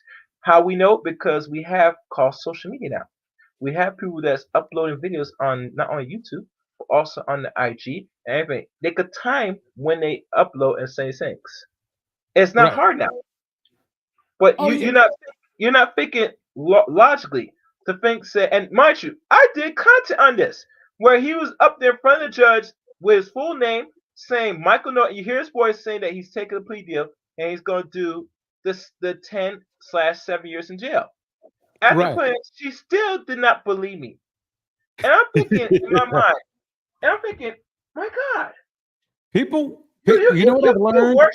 you're worshiping this nigga. Right. You know what I've learned though? I have learned that people will believe what they really want to believe. If they really want to believe something, even though they know one and one, the answer looks like it's three, and they will believe it. I've seen this happen. If they like a person enough that they can do no wrong, they will make it in their mind, they will make magic in their mind to be that way. So it's amazing, and it runs rampant here on YouTube. But what I've noticed is like, even it's like even if you, for example, if you showed Kevin Samuel's financial history to these guys, right? Yeah. They will tell you are lying, even though you're showing line by line each year how much he made. You know what I mean? And then you go and you can explain it to them. They go, oh no, he was just hiding money. He was just hiding money, or something like that. So yeah, I mean, some people they will just make it up in their mind. Because I look at how YouTube works, because I'm trying to leave in YouTube. I've been doing this now for 4 years. And it's evident. Here's a little secret, DJ tourist, for educated purpose. Once you have a certain amount of subscriber base and you're monetized on your videos, you always gotta keep in mind of the views, including the advertisement that is either clickable or not clickable. And we're to put the fact that right there, that's maybe a quarter more depending. And not only the fact that this man did consultations and do all this, and it adds up that what he made in the last 2 years, he was killing it, right? Up to the point when he didn't do no YouTube.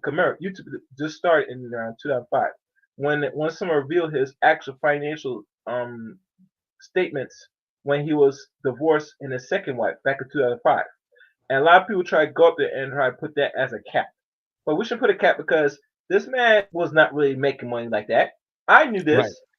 A lot of men didn't really know this because they think that when they saw Kevin, the person on YouTube, they think the man was like rich from the start. And no, he was working poor up until 2000. at the end, middle to end of 2020. Once 2021, he was rolling in the cash. Right. You get me? So Right. that's why I'm not gonna deny it, but I want people to be clear. This man was not having it like that. You get me? Don't be fooled by his looks and all that stuff.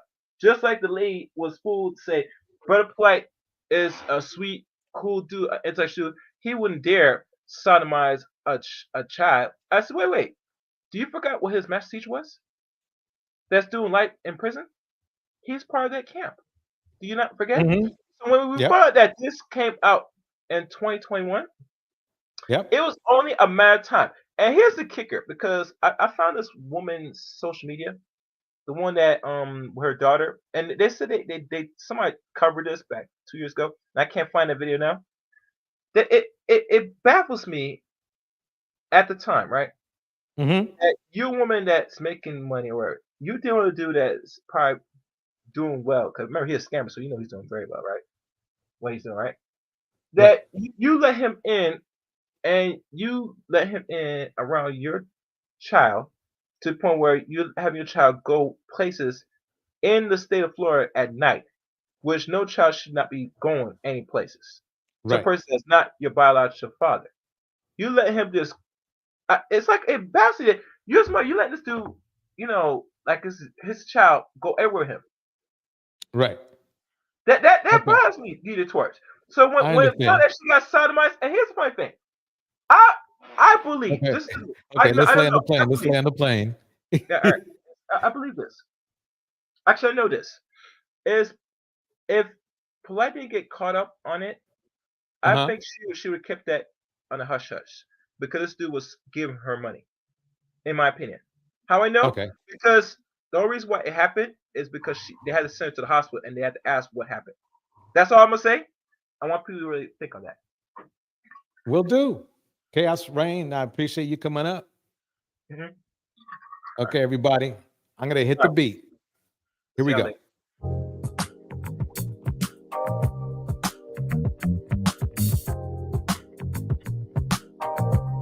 All right.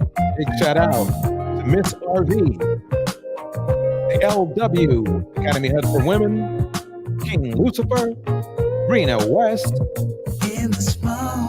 Hey, lady. I cannot say what's wrong or Mr. Snoopy. Christy Black Tina. Cause I'm addicted to the good life. Yeah. Golden Reflection. Either way, I follow.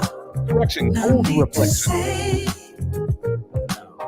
Where we are heading now, Mr. Snoopy. I follow to the edge of it all. To the edge of it all.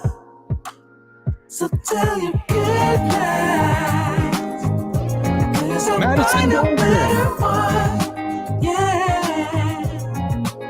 So Enlightened Fun. Before the moment flies. Ooh, so tell your good night. Why it's seeking knowledge.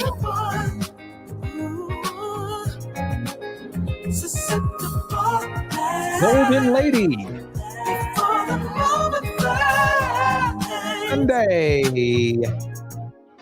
It's not a problem. Legs for Life. Cause I know what I'm getting into. Alexander Brandon. Yeah. And nothing can stop me. Cause I'm addicted to you, and I realize either way. Nobody knows. I follow. No need to say where we are heading now, babe. It's a rain. I follow to the edge of it all. Spice is nice. So tell your good night. Shout out. Cause I'll find a Black woman. Yeah. You. Susceptible night. Before the moment flies. Thank everyone for your love and support. So don't you get mad. Cause I'll find a better one. Bring it down. So set the bar back. See you on the next one. For the moment flies. Here we go.